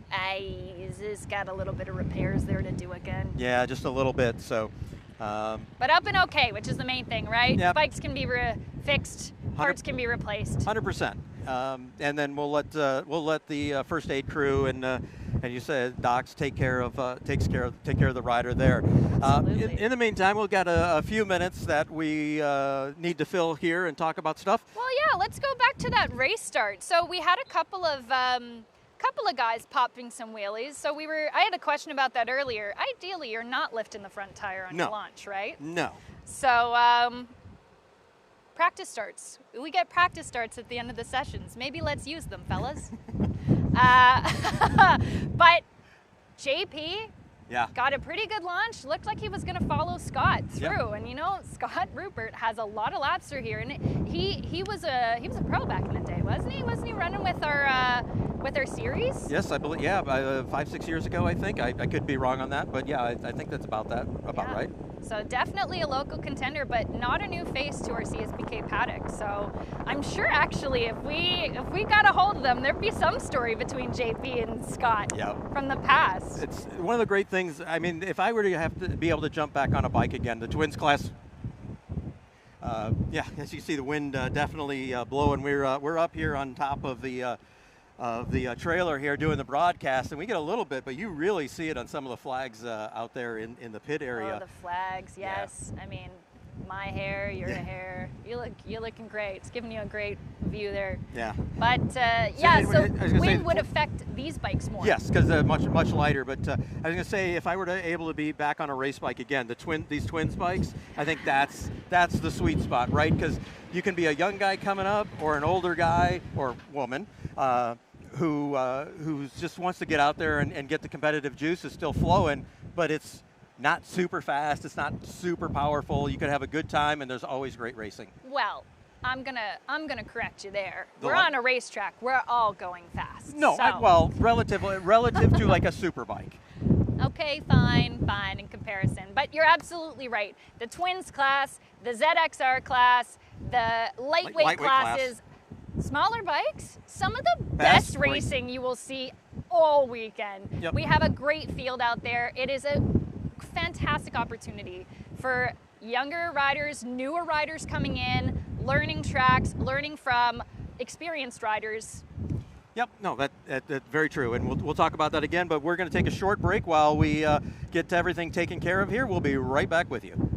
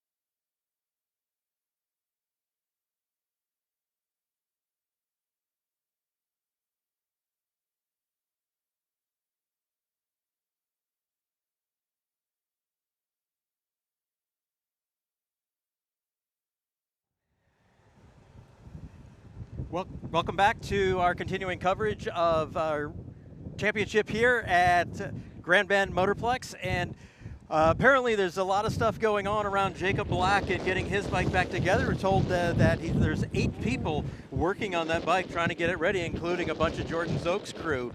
So I guess the Kawasaki crew comes together to try and get one of their own back out on track. Absolutely. Oh, Mac Wheel apparently is out there as well helping. So yeah, we got the Look at them all. Oh, they are Honestly, scrambling. I gotta say, again, it shows the passion. People just want to get out on the track and ride. So the fact that we've got, look at all the people around him that are trying to help out. Yeah, you got Mac Wheel rocking his cowboy hat. You can't miss him. Jordan's crew's there on the Kawasaki racing team shirts. This is phenomenal to see. This is just people who love bikes and wanting to get everybody out on the track so they can go show their stuff on the track. And the thing is this isn't unusual for anyone in the Canadian Superbike, Bridgestone Canadian Superbike series. So many times we see people people helping each other out and just scrambling to help anyone get back out on track, especially if they got their own thing going on or whatever, they're done for the day or however they can help, and just random strangers sometimes coming up and helping things out. Great drone shot there as we see the Grand Bend Motorplex and all the trailers and vehicles that are in the paddock here. So we're just waiting to get this thing back underway. The rider who was transported was Rob Cousineau. Hopefully he'll be okay. Don't have any information on that. I'm not going to speculate, but we just fingers crossed everything's going to be okay. And when we know, we'll let everybody else know. But just Looks like we got some bikes lining up here though for a restart that's going to happen very quickly. Do we know, is there a shortened race distance? I would imagine so. This was scheduled to be 14 laps. I'm going to guess it's probably going to be cut down to 10 or 12. We'll wait and see if we hear some of that information from race control. But assuming we've been, it's been about 10 minutes, so I would guess that we would cut it down a couple laps. Time. It is half an hour before we're supposed to be off track, so hopefully they'll get their full 14 laps. That would be fantastic. Well, they're out there on their warm-up lap, so we'll. Did we get Jacob out there? Jacob is out. Excellent. Let's go. Great news for that. So again, our starting grid in the Twins Cup, it'll be Scott Rupert on pole, JP Taché, the middle of row number 1, and Cecil Mentor on the outside of row number 1. Row number 2 will be Yves Dion, Louis Rafa, and Justin Marshall. Then it will be Sebastian Silva and Gary McKinnon. So now we go to the ZX4RR. It'll be Jared Walker, and then obviously the middle of row 1 will be empty. Jean-Pascal Schroeder will be on the outside, and then Jacob Black will be back on row number 2. I guess we got to get the AC/DC music going for him. Although I don't think we have that license, so that might be an issue. Oh, can you sing a few bars? No. Could I? Yes. Will I? Well, I'm going to save everybody. We'll ask Jacob. Yeah. Well, yeah. But this is excellent. Well, also, some of these guys will get their second shot at a start, so maybe we'll see some better launches from them. Yeah, they definitely got those clutches heated up a little early, and we'll hopefully be in good shape here for the second launch as we last of the bikes making their way out of the carousel coming up. That looks like Jacob is the last one that will take his spot, but what a great job just to get that back together and ready to go. So. Go under starters orders. Lights are up, motors are revving, and ooh, somebody jumped. Nope, here we go. And we're off. See if they get a penalty though for that. I mean, yes, they did stop, but if they got too much of an advantage off of that, we'll see. Would be a penalty. Yep, exactly. So it looks like Scott Rupert was able to get that whole shot. Yep, exactly. JP got a better launch though. He's right up there, and he nearly had him into turn 1. And then we've got about a dozen bikes back, and then third and fourth place. It's I think Louis Rafa in fourth, and third position Yves Dion, I believe. That looks like Yves, yes. We got Justin Marshall running in 6. 1, 2, 3, 4, 5, 6. Yeah, you can't really miss those bright orange leathers, can you? No, that's one of the things that makes the job easier when there's something so distinctive on that. So Jacob Black is out there and we're running, and probably his first lead. Okay, pass for the lead as we're going, looking at the wrong spot here, but going into the carousel now. It's JP Taché and Scott Rupert coming out of the carousel there. Let's see who's got the lead coming into turn number 1. JP has got it on the outside, going to carry through turn number 1, and will solidify that lead now as they come in through the bus stop. Rupert still right there in second position. Still a big gap there back to that battle for third and fourth. But let's keep our eyes on the leader for the moment as they're nose to tail. Eve and Louis Rafa look like they've got a really good battle lining up here, and Cecil Montour might be able to pull that up. He's our 5th runner right now. Yeah, this battle here, as they come to the inside, getting ready to go into the dog leg. Just about a bike length and a half between them, 2 very different lines. JP with a very defensive line coming through there, where Scott Rupert was really trying to carry as much corner speed as he could. Let's see if that's going to pay any kind of dividends down the back stretch here as they're going down. They're pretty much even down the back stretch. No one really gaining or drawing away from each other on that one. A little too far apart for the draft now as they come up into the carousel and out now, back up and making their way on to the start-finish straight, which is about a blip, and then you're back up on the brakes, diving back into turn number 1. Battle third and fourth, change of position coming in here. No, not quite, as Bailey Ives able to hold off. Yves Dion, sorry. My mind's still stuck in the last race. But man, you can really see just how much the JP and Scott Rupert, their experience is kicking in great here. They're already pulling on the field, and we're 2 laps in. Yeah, JP looks like he's just getting a couple bikes here and there, but that's also why he's out carrying the number 1 plate on that bike as well. Oh, I'm looking forward. These bikes here in 3rd, 4th, 5th, and 6th, they look like they're starting to close up, and we're in for a great battle here between them.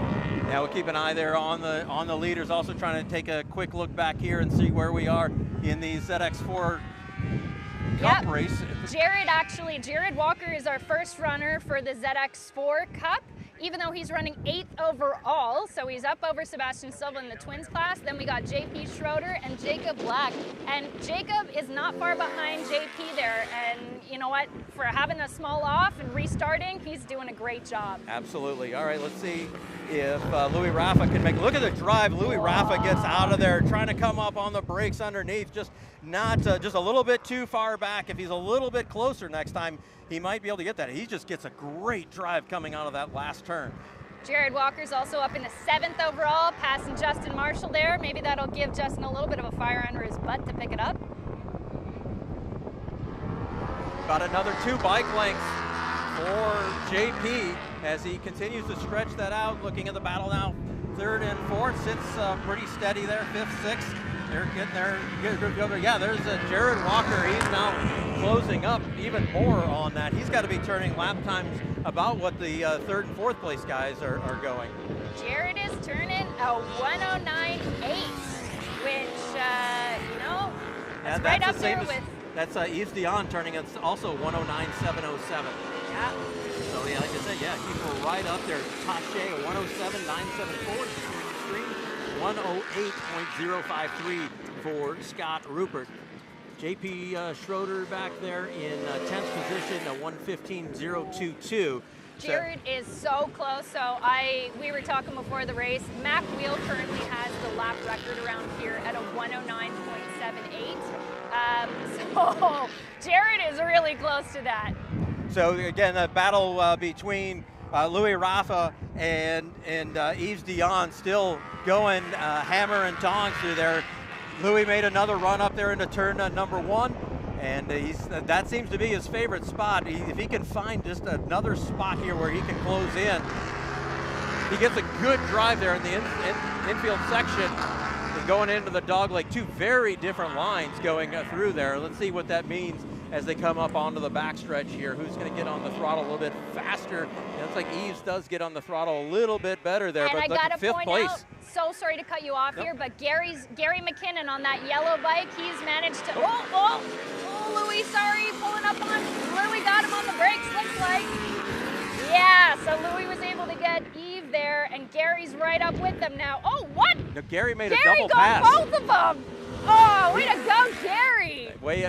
Went out on the outside, took the long way around. Oh, here we go, trying to make a pass back. Nope, Louis And Jared's also up making some passes here. This is awesome. Yeah, we're definitely watching lead pair now come through this inside section. But yeah, Gary McKinnon, the ageless wonder. Oh, it's not just his age. Gary has battled with this bike the entire time. They've been fighting for setup, and I'm so glad that they're finally starting to get it dialed in and working for him. He's struggled. That's why he's further down in the grid than we normally see him. And typical Gary, able to pull it all out in the race. He is so skilled, so experienced, and now up into third. Yeah, he's turning a 109.629. So that's only about half a second behind, or excuse me, that's a second and a half off the leader's pace here. Scott Rupert though just put in his best time, a 107.676. So he's trying to close up on JP as we're looking here with 6 laps to go in this race. So getting towards the back end of it. We got a great battle going on here, second, third, and fourth position. That was the halfway flag, so you saw the cross flags there indicates halfway. Oh, we're looking like Jacob Black's got a bit of an issue here, so he's pulled off, which is great because it means that the leaders here aren't going to be interrupted in their battle. Showing his experience there for Jacob pulling over as Scott Rupert looks like he's pulled right back up. I actually think, did Scott not take the lead there? It looks like JP's still in the lead there as we're going down the back stretch. Are you? About halfway down. Sure? No, they're in the draft. Here it comes.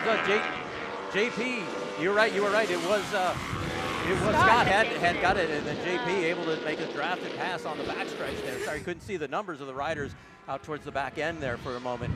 But JP out there on the lead, trying to find that flow once again. It's my race number rating for the first 316. There we go. Sorry. There you go, Mom. Had to put it out there. So JP just trying to find that flow once again, put a couple corners together, and get a couple tenths here. But again, looking at the different lines between them, one's carrying more speed, one's riding a little bit more defensively, and I think JP is going to definitely have to take the defensive line here, and he does, as Scott Rupert just trying to carry as much corner speed as he can through that short shoot and into this infield section, now into the dog leg. We got Jared Walker up into 5th place overall, and he's just gonna have got the new lap record for this class, 109.508. Sorry, Mac, but Jared was able to add another one to his roster. JP able to open up quite a number of bike lengths on the backstretch there. Looks like he was able to gap about 8-9 bike lengths now as they come into the carousel. JP has definitely opened up the lead here, and he can't relax because that's only about 3/4 tenths of a second between them on track as he breaks now coming into turn number 1 into the bus stop section. He's got that flow back. He can ride a little less defensively. Now you see a little bit wider line, a little more sweeping line there as he's able to try and carry more speed. Doesn't have to cut the apexes tight and may lose some speed, but protecting the line so no one can come up underneath him there. So yeah, you want about half a second or so, would you say, between that before you can stop? Ooh, I don't know. He pulls right back up. You can really see the difference in strength for where these riders have a little bit of an edge over the other one. Scott was just able to pull that right back on JP. Well, this is where JP made the big difference last time, coming out of that final turn before the backstretch. He was able to get a good drive out there and open up some space, and again, it looks like he's able to grab another couple bike lengths and open that back up to about 2/3, 3/4 of a second as they come into the carousel once again. It'll be 3 laps left to go. Yeah, let's do a running order here. Yeah, so JP Taché, Scott Rupert, Gary McKinnon, your top 3. Okay. Next, okay. Scott Rupert's had a runoff here. Okay, so out of second place, Scott Rupert, as he was trying to chase him down. He just ran off the track, got in a little too hot, and trying to find gears, it looks like. But he's up and running okay. Yeah, he's still got second for now. He had a big enough gap. So yeah, he's continuing. It looks like the bike's okay. He's up. But yeah, that means JP's got quite the field. He's now got a good couple of second gap there. I don't know.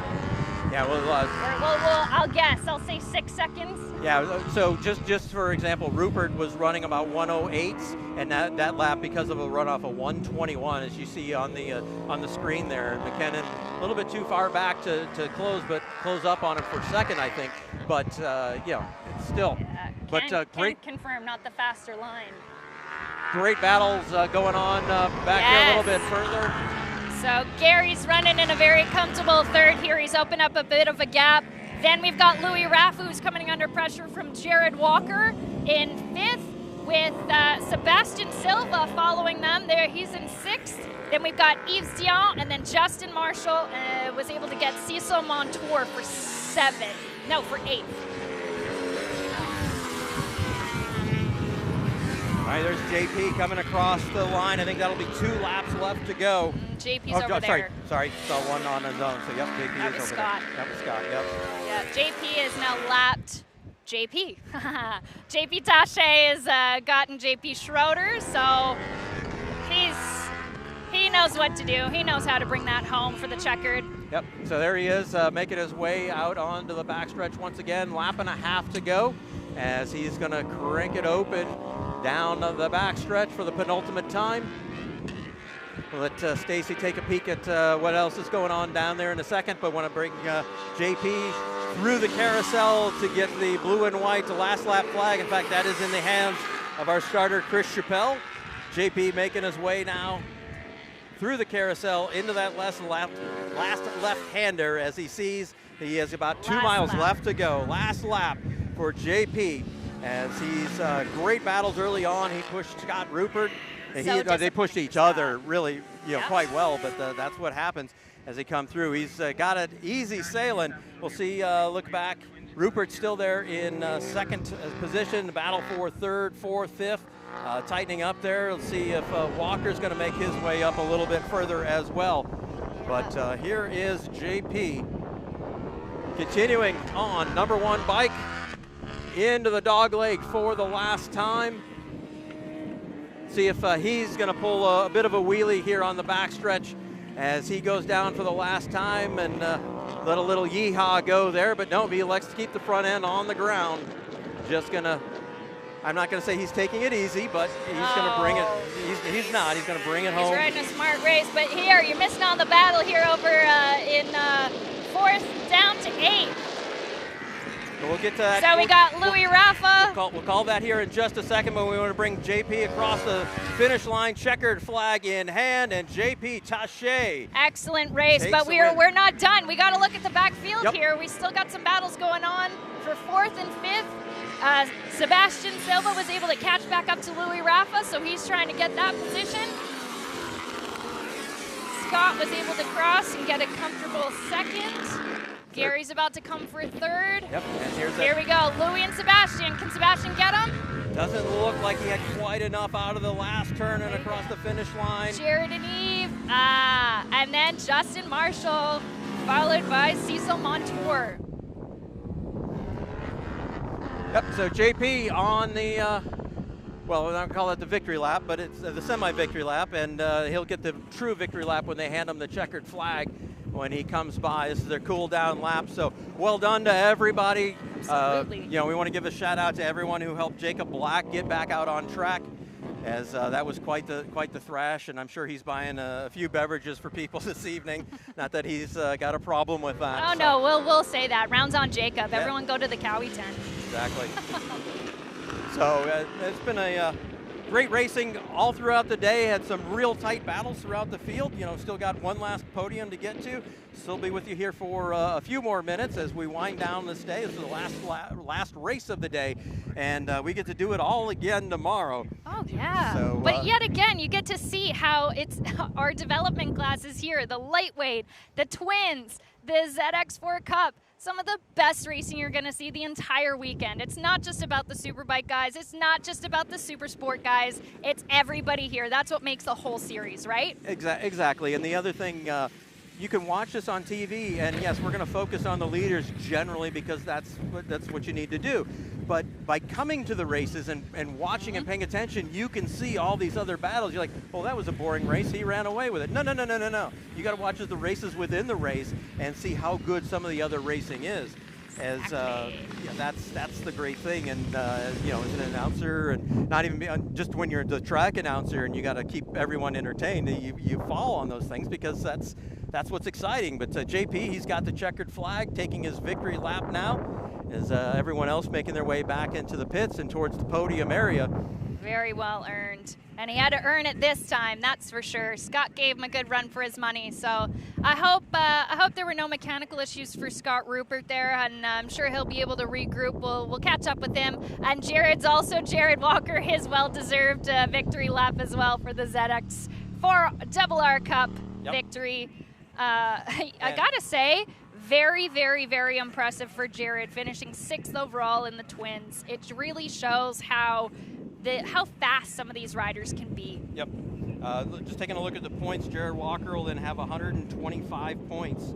Out of today, Rob Cousineau obviously had issues, and and we've got Jared Walker there with the checkered flags on camera for you, as and a new lap record. And the new lap record. Yep, 100%. So yeah, great job to him. So he's going to leave today with 49-point lead over Rob Cousineau. JP is going to be 125. Louis Raffo will be about 90 points. About 90 points. Sorry, can't do the math quite that fast, but. So we were talking lap records there. I think JP also just got a new one for the Twins Club. Looking back, he's beaten Jeff Williams' Twins lap record. A 107.8 was Jeff Williams, and JP pulled out a best time of a 107.2. Wow, so more than half a second. That's fantastic. Yeah, so we got 2 new lap records here, 2026. Let's go, boys. Yep. And who knows? The forecast looks just as good tomorrow. They can go a little.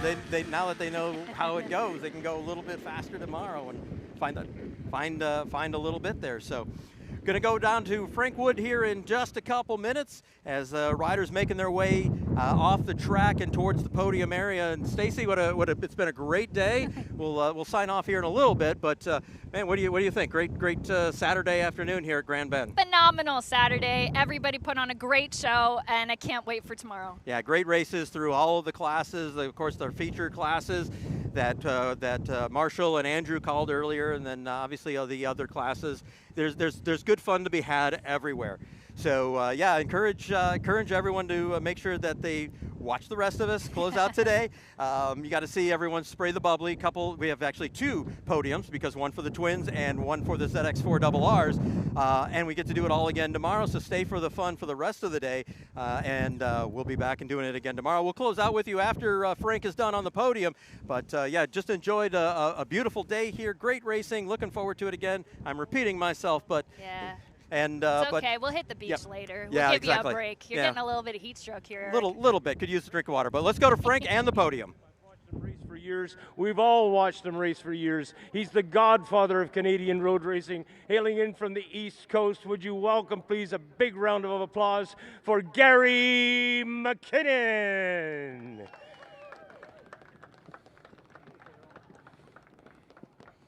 And I call to the podium now a fellow that I watched years ago. He just commented that he hasn't had a Bridgestone hat in 10 years. Well, he's certainly getting one today. Scott Rupert has made his return to Canadian racing, Canadian National Championship racing, and come home in 2nd spot. Congratulations, Scott Rupert.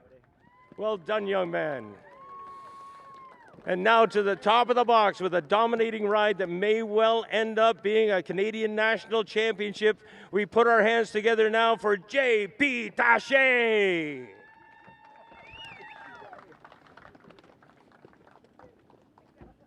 I've been looking forward to this moment for a long time. I'm so very proud to be standing on this podium beside this man, the godfather of Canadian racing, Gary McKinnon. Congratulations, young man.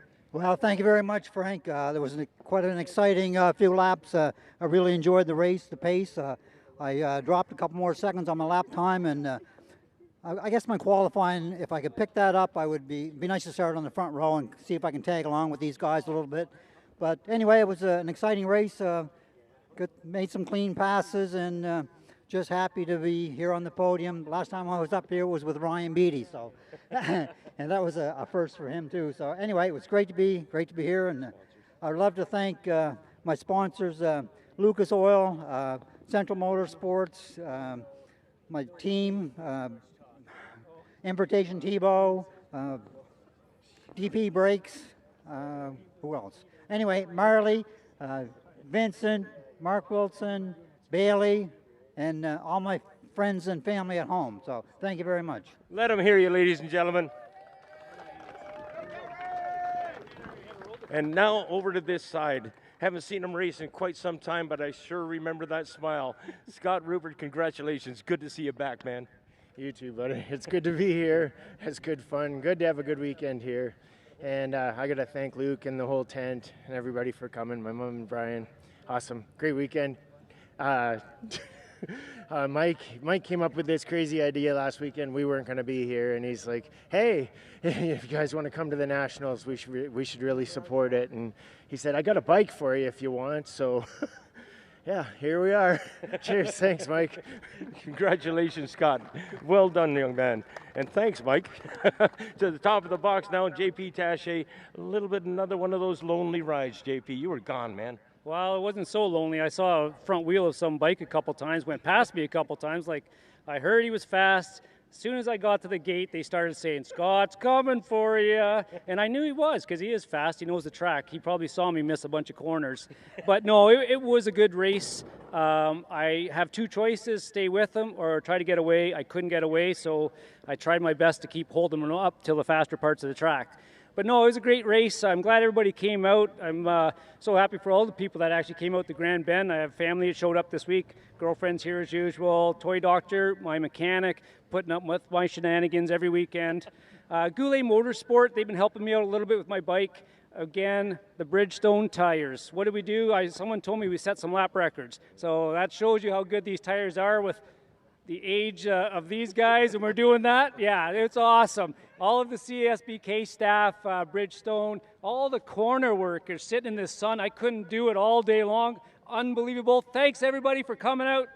Ladies and gentlemen, that is your podium for the Twins Cup with Gary McKinnon in third spot. Scott Rupert finishes in second. Look at them hug as though they like one another. And JP Taché on top of the box again.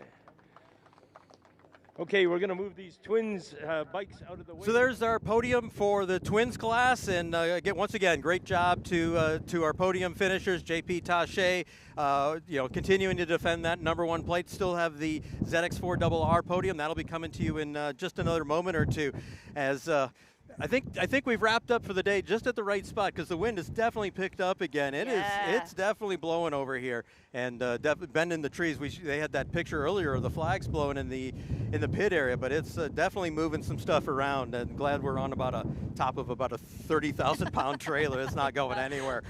But again, yeah, beautiful day, great racing. Yeah. That Twins class, man, the battle between JP and Scott Rupert was so good to watch. So happy for Gary, too, to be able to get that sorted, come home in third, and we're lining up here now for the Twins class.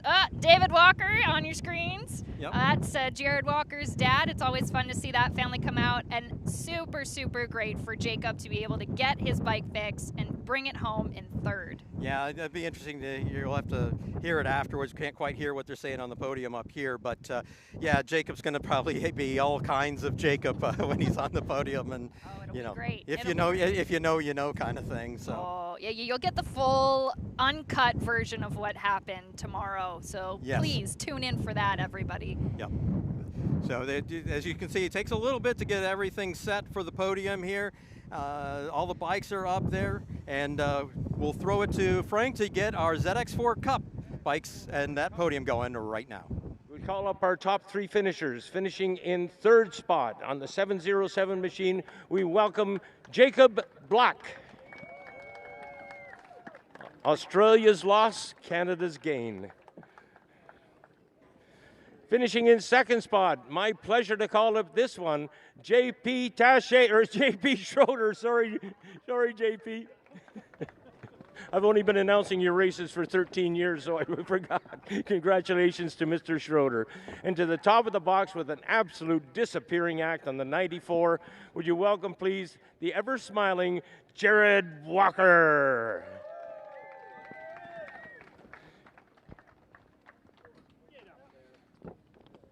Well, it's always interesting to do an interview with Jacob Black.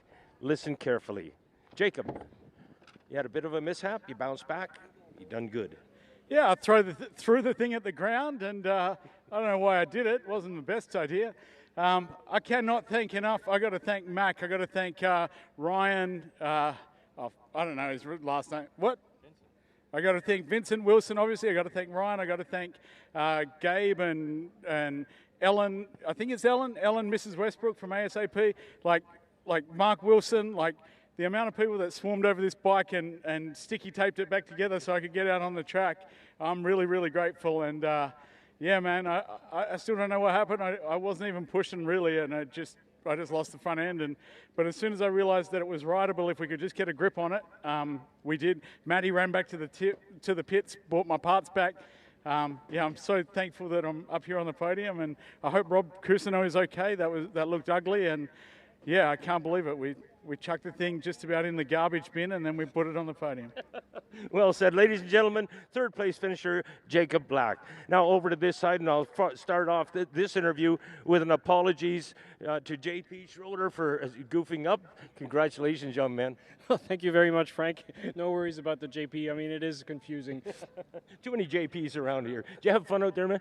I did. You know, my job was to stay upright. I mean, these guys kept falling around me, and I thought, no, I'm currently unemployed, and my new job starts on Monday. It would have been really bad, you know, not showing up. Yeah. Some folks you want to thank? Well, absolutely. Samantha, my girlfriend, who's been supporting here all weekend, and everybody who rushed to get my stuff under the tent there for the little break. So Jeff, Julia, and you know, the Walkers, everybody who helped. Looking forward to tomorrow? Yes, I am. Thank you. Have a good evening. Let's talk to the race winners. And Jared Walker, man, you just decimated them. You beat up on these guys. Yeah, I just had a fun time with some of the twins, so figured I'd just keep going and kind of make Justin go a little quicker tomorrow. So. You had a lot of help getting up here. Yeah, huge thanks to the marshals and the staff at CSBK for holding this event. It's really important to us, and it gets us out here having fun. Next would be my parents and my girlfriend for showing up this weekend. It's a lot of help on the back end. Jeff Bloor for the mechanic or engine. It's huge relief for us for not to worry about that. And Snow City, Kawasaki, and KYT. And we get to do it all again tomorrow. Yes, very excited for tomorrow. And thank you to Jacob Black as well for getting this all together, and Bridgestone for the tires. Well said. That is your podium, ladies and gentlemen, for the Ninja ZX4R Cup, with Jacob Black in third spot, JP Schroeder in second, and on top of the box, Jared Walker. Yeah, it's that kind of day. We've all worked hard and ready for a nap and a beverage. So we appreciate everyone sticking with us through this entire day. Hope you enjoyed it. We'll be back here again tomorrow at about 11:30 to get another live stream started and bring you the closing day of this round here of the Bridgestone Canadian Superbike Championship at Grand Bend Motorplex. Stacey, any final parting words? Yeah, happy birthday, Corey Canfield, you old man. There you go. Have a great night. We'll see you tomorrow.